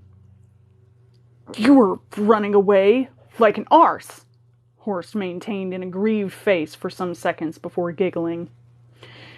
"You are the least suitable Lord of the Dead I can imagine," said his brother. "Still, this Ministerium Tenebra of yours, very distinctly not of mine. This conspiracy of darkness, I don't suppose I should be surprised. They tend to pop up every few centuries when the not entirely human of the world have finally had enough of being chased around by ubiquitous mobs all equipped with burning torches and pitchforks as if there's a retail chain somewhere that supplies all their lynching needs. God knows I've had to put up with enough incidents like that in my time. I can almost sympathize with this ministerium." Horst looked at him askance. "Almost?" Of course, except they do a poor job of learning from history. Every time somebody tries to do something like this, it ends up in early victories, quickly followed by a mass extermination of the supernatural rebels. It's like that statistical cycle they teach in schools about foxes and rabbits. It serves to shove them back into the misty coils of myth, so the nice people can pretend such things never existed. He ruminated for a moment. Although, this is different. I don't recall it being backed by human agencies right from its onset. Helping the legions of darkness as an investment opportunity. Still, free market capitalism and elemental evil have so much in common. I suppose the marvel that it's never happened before. The other interesting detail is that the intention is to make limited gains, to create a new state and defend it instead of just galloping along as a horde trying to take over the world. That shows foresight and a lot of common sense. Horst grew ever more askance. Does it? Surely a regulated nation of a sort of vampires, werewolves, necromancers, warlocks, witches, and the usual bump-in-the-night suspects is better than the alternative. A boogeyman who's a citizen of Terratolia is... A citizen of where? The land of monsters. You really are weak at classical languages, aren't you? As I was saying, a monstrous citizen of that shrouded land is, by definition, not under one's bed. He's at home, reading the paper, because he has a home. I imagine many governments, specifically, the ones very far away, who wouldn't be losing any territory, would find that a very equitable solution.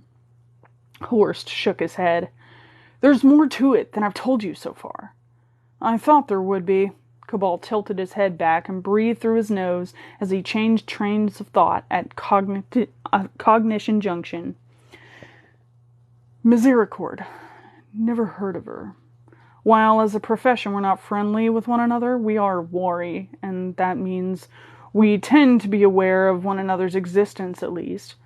A female necromancer. Necromantrix? Is a rare creature indeed. In fact, with the exception of the dead, yet delightful Miss Smith, I can think of none who are currently practicing. Even she's more of a witch these days. Horst, however, had caught on to something else in Johannes's words that attracted his attention. The delightful Miss Smith? He asked with a roguish smile. Does my little brother have a crush? Cabal started to deny it, but then instead blushed a little, and a small, perhaps even shy, smile appeared on his own face.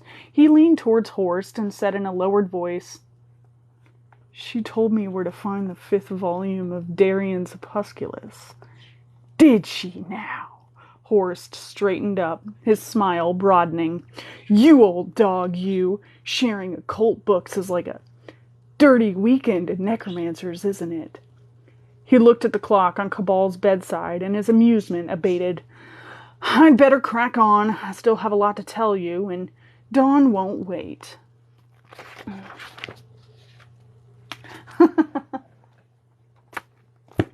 Nice Schoolhouse Rock reference there. Oh, Lucy. Pawn's asleep on plastic.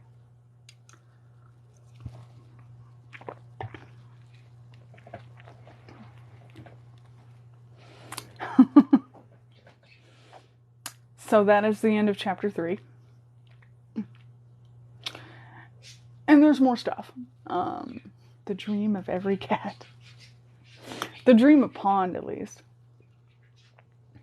Toby's vibing. Toby's not technically a cat. We can't really count that. Anyway, whatever. It's fine.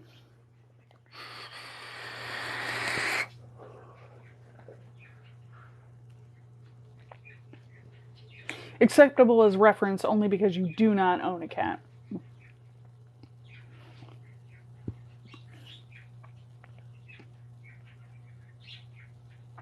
Good to see you again. I haven't seen you in a while. So, yeah, all of it's on YouTube. You can catch up at your leisure.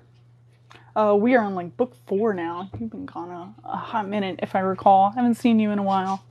But glad you're here again, and it's all on YouTube. You can fall asleep to it if you want. Apparently, I really succeed in putting people to sleep. Same. I get that. Sometimes you just get caught up Lucy is now sitting in the dark on top of the shelf staring at me. Yeah, you can go ahead and start that. That's fine. Thank you for showing up.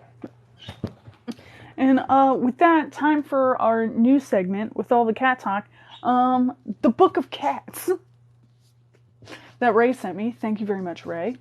As a palate cleanser from all the forces of darkness amassing in various locations in a fictional world, we're going to have a little cat segment because Ray sent me the giant book of cats. And I would be remiss to say that I would not enjoy sharing it with you all. So yeah. And since it would be a little bit, I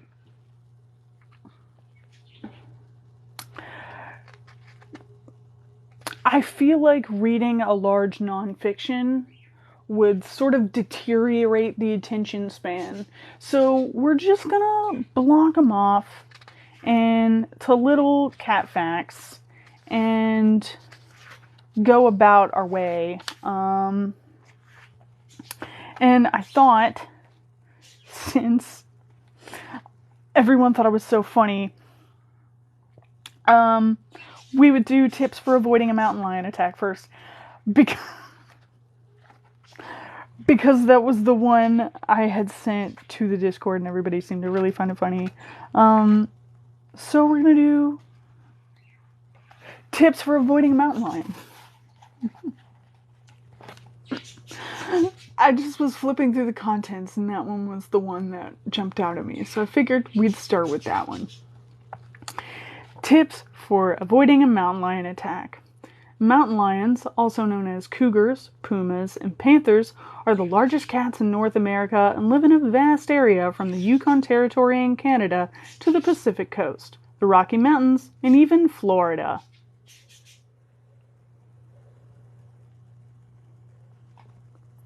Mountain lions are more plentiful than most people realize, and though they generally avoid people, attacks do occur. 1. Hike in groups. Mountain lions avoid crowds and noise, and the more people on the lookout, the better. If there are children in the group, make sure they are supervised. 2. Be aware of your surroundings, paying particular attention to what's behind and above you in trees and on rocks and cliffs. 3. Don't back the animal into a corner. Give it a way out. It would much rather run off and survive to hunt again. Yeah, let's skip the page. 4. If you encounter a mountain lion, stand still rather than try to run away. Running may cause the animal to chase you, and it's much faster than you are. Stand still while facing the mountain lion, but avoid looking it in the eye, which it takes as a sign of aggression. Watch its feet instead. 5. Do things that make you appear larger or bigger than the cat, such as raising your arms over your head or holding up a jacket, a backpack, or even your mountain bike. 6. Make loud noises. Growling can make you sound like something the cat would prefer not to mess with. 7. Don't crouch down or bend. This makes you appear smaller and therefore an easier target. Don't move a lot, but don't play dead. To a mountain lion, a perfectly still human looks like an entree. And finally, remain calm and don't act afraid. Like many animals, mountain lions can detect fear. So I hope that if you're ever in Jen's neck of the woods, and you happen to find a mountain lion, you now know how to deal with the situation adequately. Which coincidentally did not include petting it. I want to point that out. There were no notes about petting the mountain lion. And I want to just quickly go over that because I feel like so many of you, when I had shared that passage and that initial title, many of you had certainly definitely thought that one of the tips was to pet it. And that is incorrect. I know I would desperately love a domesticated puma, but Maybe don't try that in the wild, is all I'm saying. Feed the kitty and the cat. But if not friend, why friend-shaped?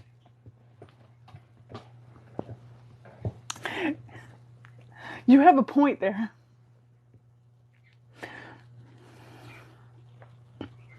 I'm riding a battle. Of course, Swiftlet is going to find a way to monetize this and to mobilize them for war. That's all I'm saying. If anybody was gonna do that, it'd be Swiftblood.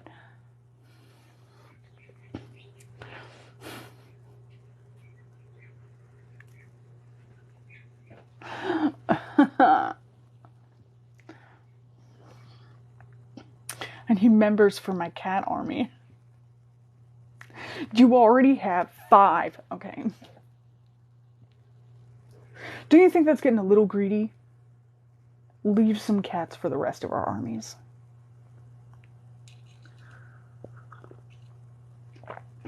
You just get all the troops? You just get all the troops, Crimson? A little short-sighted, don't you think?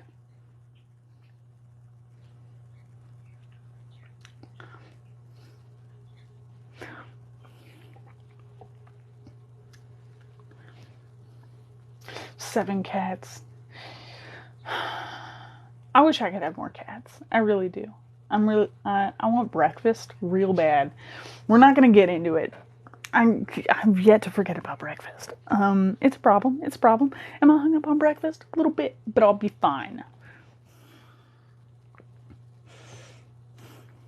Okay. We're going to need a list of everyone Crimson likes so that we can go ahead and make sure that we have an annotated list of all of the armies that can be leased out accordingly for our cult plans of world domination.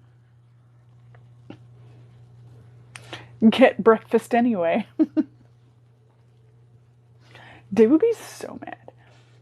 So drastically mad.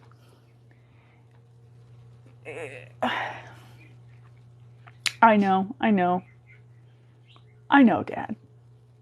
I like how you put in parentheses, Dad, as though technically there's some new people in here that have noticed, so maybe not everybody knew that you were Dad.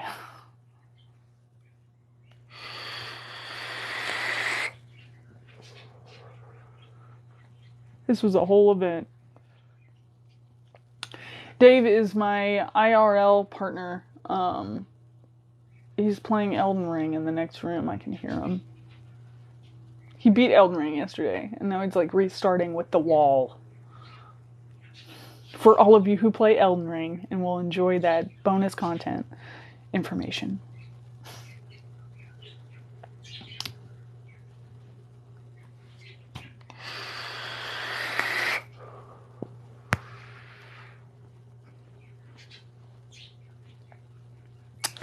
But yeah, he lives here. He has a voice in how many pets we have. And we have too many. I have to get you all snake content. I keep forgetting when it's daylight. She naps so much in the tube during the day. She's going to be so mad. I'm going to have to get her out of her tube. She loves her tube. So much tube. There's a big tube. She hangs out in the tube. Yep. I'm gonna have to wake her up. So like, I'll get some snack content for you eventually though. Yeah, little danger noodle. I don't know. You wouldn't get a great shot with that, but I can do that. Snake arms. I remember when me and Nodi raised $7 for snake arms. Good times. It feels like such a long time ago. Permit me a moment while I experience my nostalgia for the day.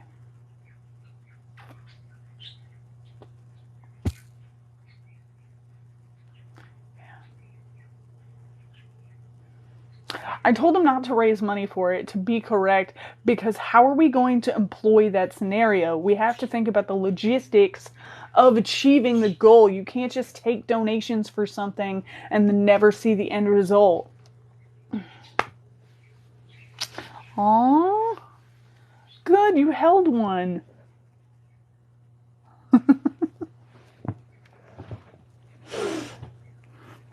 God, that seems like so long ago. I recently, like, someone messaged me. You know who you are. And, because I had gotten a bunch of notifications on older videos. And I was like, why are these are so old? Like, why? And then someone messaged me privately and they were like, I was showing my friend all your old videos. And I was like, maybe don't do that. It's fine, but also maybe.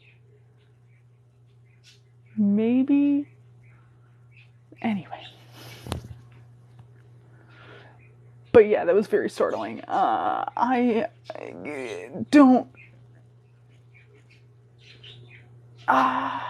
Anyway. Denny picked it up. There we go. Boop noodles. Boop all the snack noodles. I booped my snake in the face last week. I accidentally went to go feed her last week also. And when I went to go deposit the food, I know who it was, Swiftblood. I'm still aware. I wasn't going to out you too unless you wanted to be outed. Anyway, the point is, I went to swing the mouse. I don't know if I could talk in graphic detail about this. I don't want to upset anybody. But I accidentally walloped her in the face with it. And I didn't know she was already exiting the cave. And then I just walloped her straight in the face. I felt really bad about it. She was so shocked. And she looked at me as though I had offended all of her ancestors. And I was like, well, can't let baby go down alone. Yeah, poor little baby. She retracted into the cave very quickly, but then realized it was food and then came out again.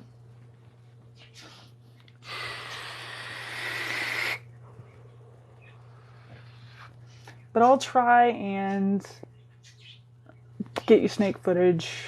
And a certain amount of people were also asking for crochet and knitting tutorials. I can't guarantee how effective I will be at the crochet tutorials. I can at least do the granny square, but if you ask for anything more detailed than that, it might take some time because then I will also have to remember how to do it. And I don't remember how to do anything that is not entailed in a granny square. So, you'll get that. And we'll get a knitting tutorial. Knitting tutorial probably first, because I like to knit more. And I'm also done with my Psyche K sweater. For all of those of you who I have mentioned it to, I am working on a Psyche cosplay, and I am just making the sweater for the cosplay. Because I went to go buy it, and I was like, that's probably going to be a shitty sweater. I could probably make a better one. And then I decided to do just that. So, because I'm already working on a bunch of Johannes content, so I figured I can take a little bit longer to finish Psyche. You are tired. Good night, fandom. I hope you have a good night. I've got too many things you want to make. For real, though. It's taken me so long to complete this sweater, too. Like, I remember when I used to be able to crank out a sweater in 3 days, but I've had so much crap happen. Like a bunch of car maintenance stuff and some rehousing issues and financial stress, and it's just been like one thing right after another, and I haven't really been able to accomplish a whole lot. But I got the car thing fixed, and now I'm not leaking $60 worth of coolant a week. I feel like I'll be able to finish it quicker. I'm actually already almost done. So like I have one sleeve and the border left, and then sew on the buttons. And then I'll have a Psyche K sweater. And I will decide then if it is necessary for my cosplay sweater to have pockets. How much? Oh, yeah, like a lot of money. Like an inordinate amount of coolant. I was out of work for 2 weeks because I kept voiding my coolant reservoir. I had to replace the entire coolant regulator, the reservoir hose, and the thermostat housing.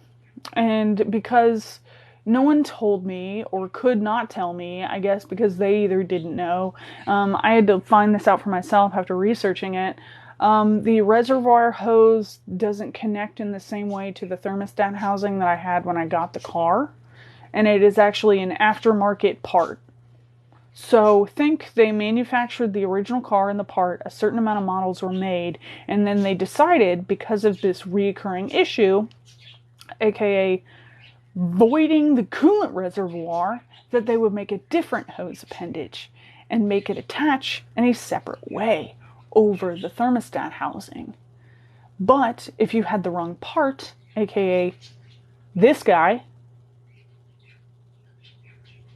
then you were trying to find the original part, which you thought was thermostat housing with a nozzle on top of it. And when I could not find that repeatedly for several days, I finally found out about the hose, purchased the hose, and in between that, broke a coolant regulator twice. So, yeah, a load of money in coolant, 2 weeks out of work, and a coolant regulator, thermostat housing, and a reservoir hose out. Yeah. Oh, it's just really expensive, stupid shit that took me 2 weeks to accomplish. So then I was 2 weeks behind on bills. And then I had to pay for all of this nonsense along the way. It didn't work out well, as you can imagine. So yeah, and I have like 3 empty bottles worth of coolant in my car that I need to throw out. I don't know why. I just have empty bottles of coolant in my car like a whole lunatic.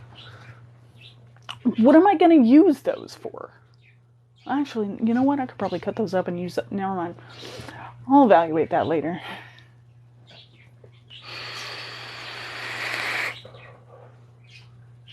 But yeah, I get it. Life stuff. So I've also been just doing a whole bunch of bullcrap. It's been really annoying. And I haven't been able to do a lot of things that I want to get done in the meantime. But I'm catching up. I'm on the up. Gonna be able to have more time to get into cosplay instead of fixing my car every Monday. So that's a plus. So I'm really excited. I've restyled a bunch of wigs over here. I got some new stuff. I got a new wig for one of the characters, and I have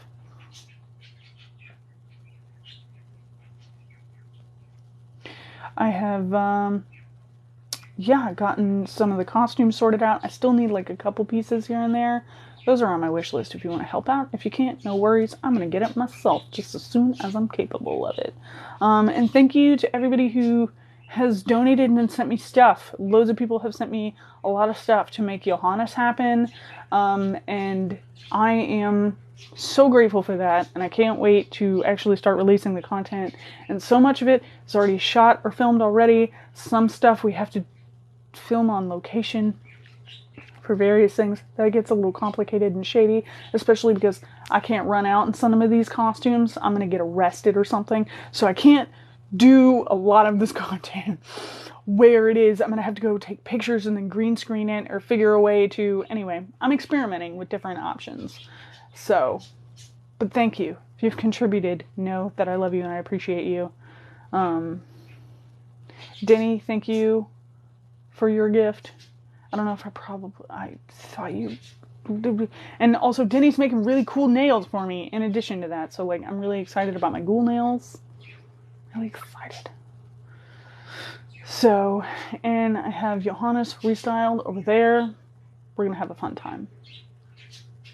So there's your little update on what I'm planning on doing and why it hasn't been accomplished yet.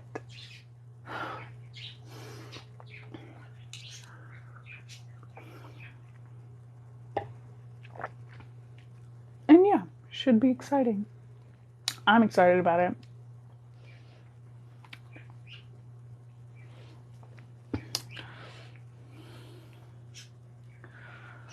Oof.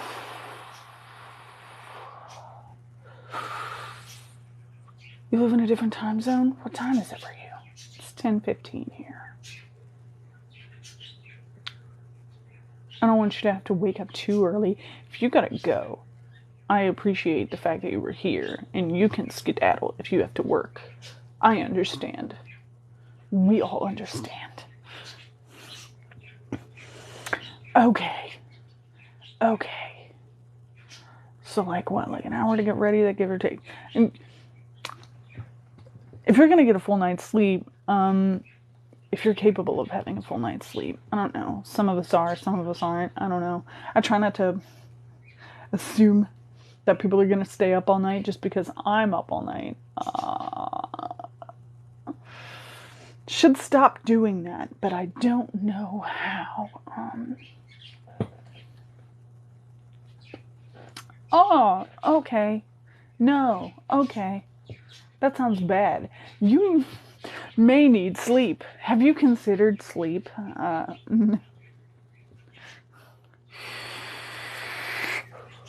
That is an awful time to wake up every day. I'm gonna be honest. You guys, a lot of you guys stay up. Thank you to everybody who joined us for the board game night. For no reason.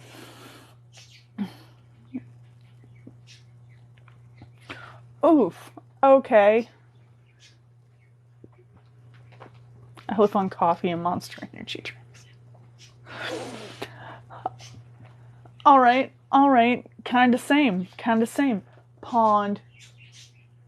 I hear you over there. I don't like what I'm hearing. She's chewing on the plastic again. Yes, we were playing Mansions of Madness, which is a Lovecraft-themed board game with multiple campaigns. It's a really in-depth game. It was super crazy last night. We won, we lost, we cried, we died. It was all a whole time. So, I think there was a manual for it, but I have now lost it. Also, same. I don't think I was ever taught properly how to sleep. I think whoever told me maybe like skipped a few chapters on it and then just never really bothered to fill me back in. Good for you, Denny. That wasn't meant to sound as sarcastic as it did. I'm not denigrating you. I'm congratulating you on a job well done. You got sleep. You did the thing. Well, shit.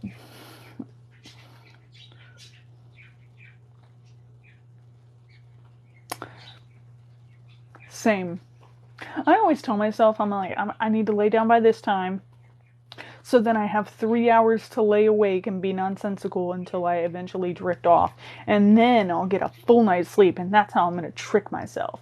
But it never pans out that way. So then I just am always constantly on 5 hours max or less. You're awake for approximately 5 minutes of it. Man, you did.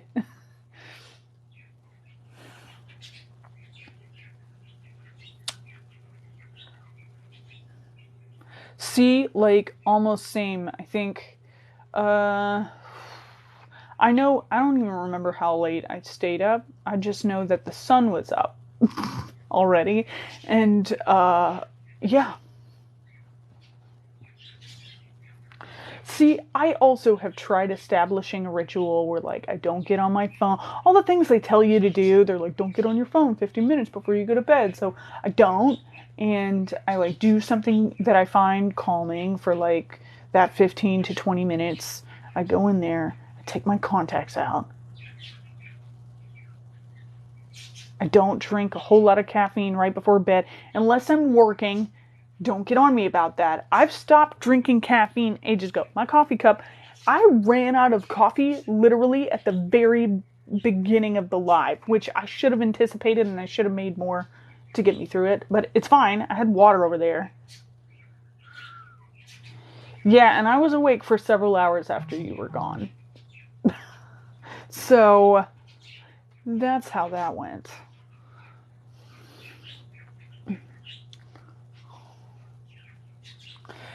Sleep playlist. Oh, I should make a sleep playlist. I have not done that. I can't believe I've never done that. Probably because I know why. Because I used to have like a binaural beat thing happening. I used to try and do that, but I have trouble sleeping with headphones in. And also, when I do successfully fall asleep with the headphones in, I wake up and they're not in. And a lot of the time, my alarm will not go off because the Bluetooth is still connected. And also, I lose my headphones. That's why. And Sarah cannot sleep unless it is complete silence. So I can't, like, put it on and then, like, just, you know, like, put it on, like, a speaker or something. Because then he'll wake up. So, yeah, I had, like, I don't know. Because, in all honesty, I can't sleep with myself either. I'll just, like, if there's silence, my brain is gonna come up with something. Like, I will go on a whole loop tangent of shit. Stuff that I need to do, stuff that I didn't accomplish that I wanted to get done, stuff that I'm irritated about, stuff that I tried to build up high expectations for, and then I reset the reality on that and anticipate the worst. I'll just go through the gamut the entire time. And I will be awake for a while. I don't even know how much time has passed because I'm trying not to look at my phone, right? So I don't even know how long I do this for. It feels like ages. Maybe it's not as long as I think. But I try not to time it, you know what I mean? Because if I keep looking at my timer, I also do that thing like, okay, if you fall asleep now, you have 5.5 hours. And then later I'll be like, okay, if you fall asleep now, you have 4 hours and 15 minutes of sleep. If you fall asleep now, you have 3 hours and 20 minutes. And I'll just keep doing that to myself, like giving myself an unofficial countdown, which makes things worse. Because then I'll give myself anxiety about falling asleep. So I'll stop doing that. Or try to. Same Crimson, same. I'll just sit there and spiral. I just build up so much anxiety over, like, okay, if I have to be up by this time, I have this amount of sleep to get. If I fall asleep right now. And then it doesn't happen that way, of course, because you're giving yourself a countdown. So then I do it some more, and I just keep counting myself down. And then it turns into a never-ending spiral of me just setting up expectations for myself and failing.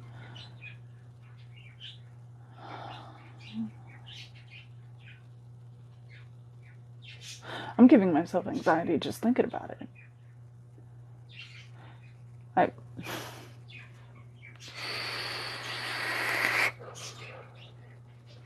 gotta stop. Okay, we're gonna stop talking about sleep. It's gonna build up more anxiety about it before I go to sleep tonight. Which isn't for hours, so I'm gonna be fine. But another Floridian Swiftblood, come get your kind. No, that was a joke. So one of the ones in the chat is also from Florida. Hi, nice to see you. Yeah,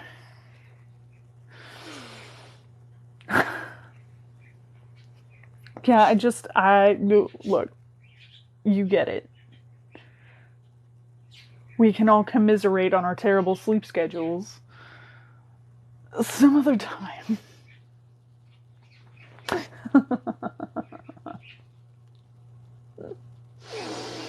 I'm sure, okay. For a second I was like, great, I ran the new person off because you're multiplying. Did you plan this? You planned it.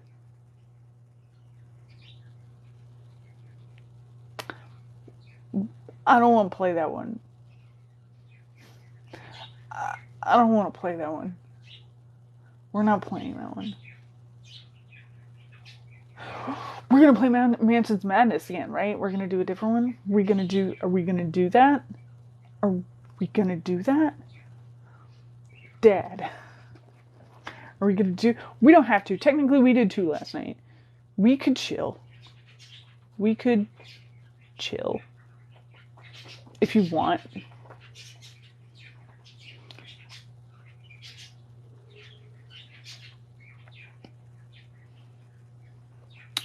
I also want to get that.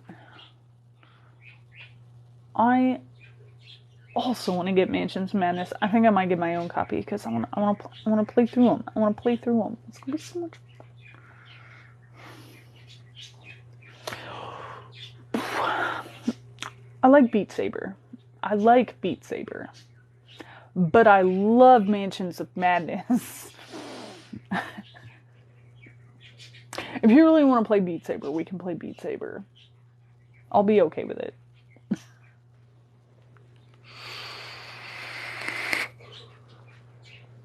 It's also your birthday coming up, so you should be able to dictate the game. Everybody say happy birthday to Dad. Okay. Did you change the tablet? Like the cover?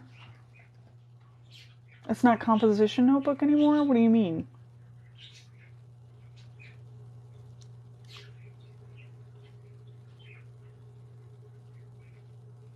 Happy level up day. Oh, charged. Okay, I thought you said changed. Did I read that wrong? Okay. I did. I'm sorry. The phone is... The words are tiny. I have to like lean forward to see it. So I get really close to you guys. Uncomfortably close even. Closer than you would expect or need me to be.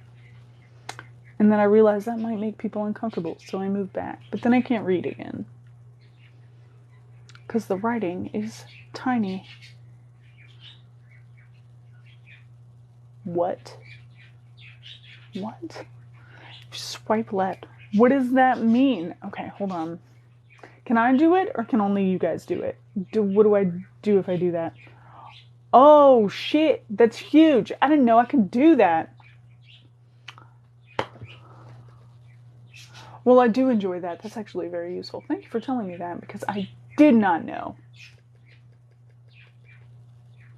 Now I can see you guys from back here. This is much more comfortable. Don't we all like this way better when I'm in my lane? I know I do.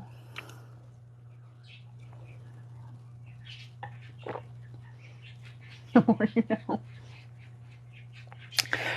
Because knowledge is power.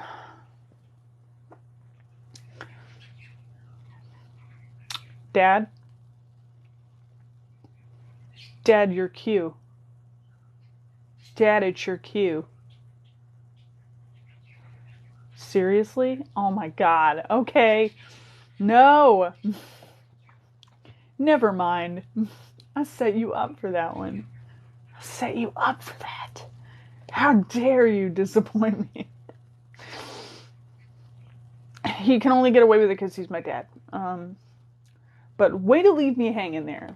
Really cool of you.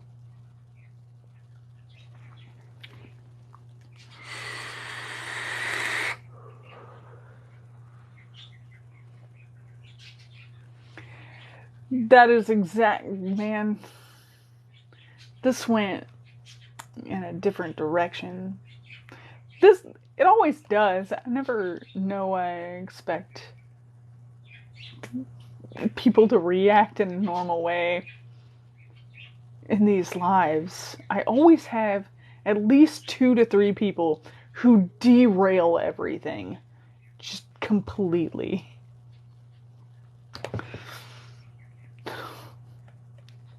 Really appreciate it.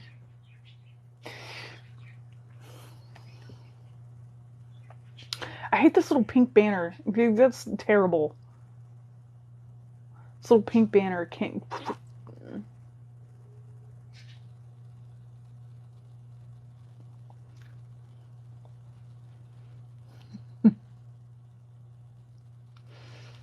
So you admit, all right, no. You know what? I like how I set that up. And I didn't name anybody. But then you immediately started outing yourselves. With the exception of Swiftblood, who I will call out. Swiftblood's gonna be like, I'm responsible. I don't know what you're talking about. I'm one of the good ones.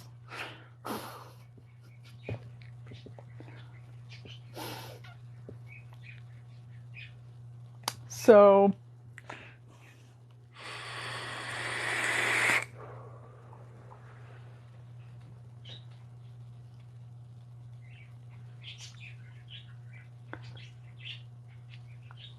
Swiftblood very much has that.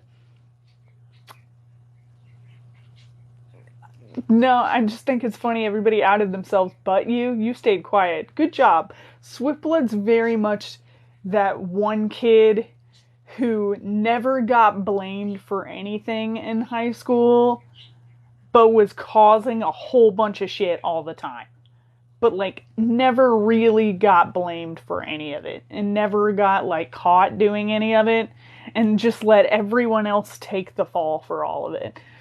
Not even that they planned to throw people under the bus. It's just when the bus came, they did nothing. That is Swiftblood energy.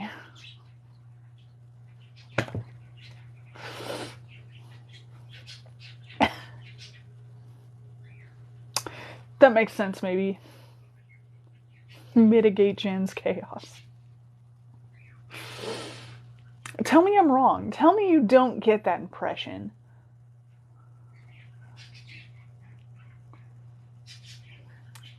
Anyway, now that we've completed our schedule of events for the night, we've read our chapters, we've read our cat facts, we've caught up, we've blamed all our problems on Swiftblood, and now that we've done that,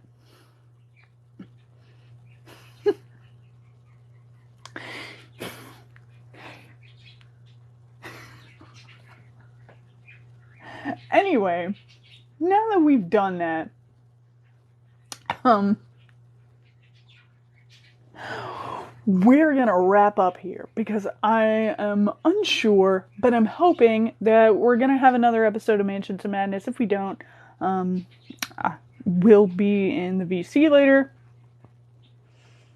If you're wondering what we're talking about, I don't know, be confused if you can't figure it out. I don't want to explain it. Anyway, we're going to be here next week. Every single Tuesday. It happens almost like a schedule. Every Tuesday at 8 p.m. And we read some more bullshit. And we're going to come back to the Brothers Cabal next week for 4 and 5. And this is the conclusion. And if you're here and you've never heard me read before and you don't know what we're talking about, well, if you go to my page, coincidentally, if you hit the icon, it takes you to people's pages. And then there's something called a link tree, which if you've never seen it before, you just push it and you'll see one that says YouTube, and it will take you to the complete rest of the series. All of it, just there. Yours for the enjoyment and or falling asleep, possibly, depending on how calming you think my voice is. And you can always show up refreshed and ready to go next Tuesday at 8. Or you can always look up Jonathan Howard yourself, look up his entire series, Johannes Cabal the Necromancer, and do it that way if you prefer to read analog style. Either way, hopefully you'll be back, we didn't all run you off, and you'll enjoy the book club with us. And until next time, I'm going to sign off.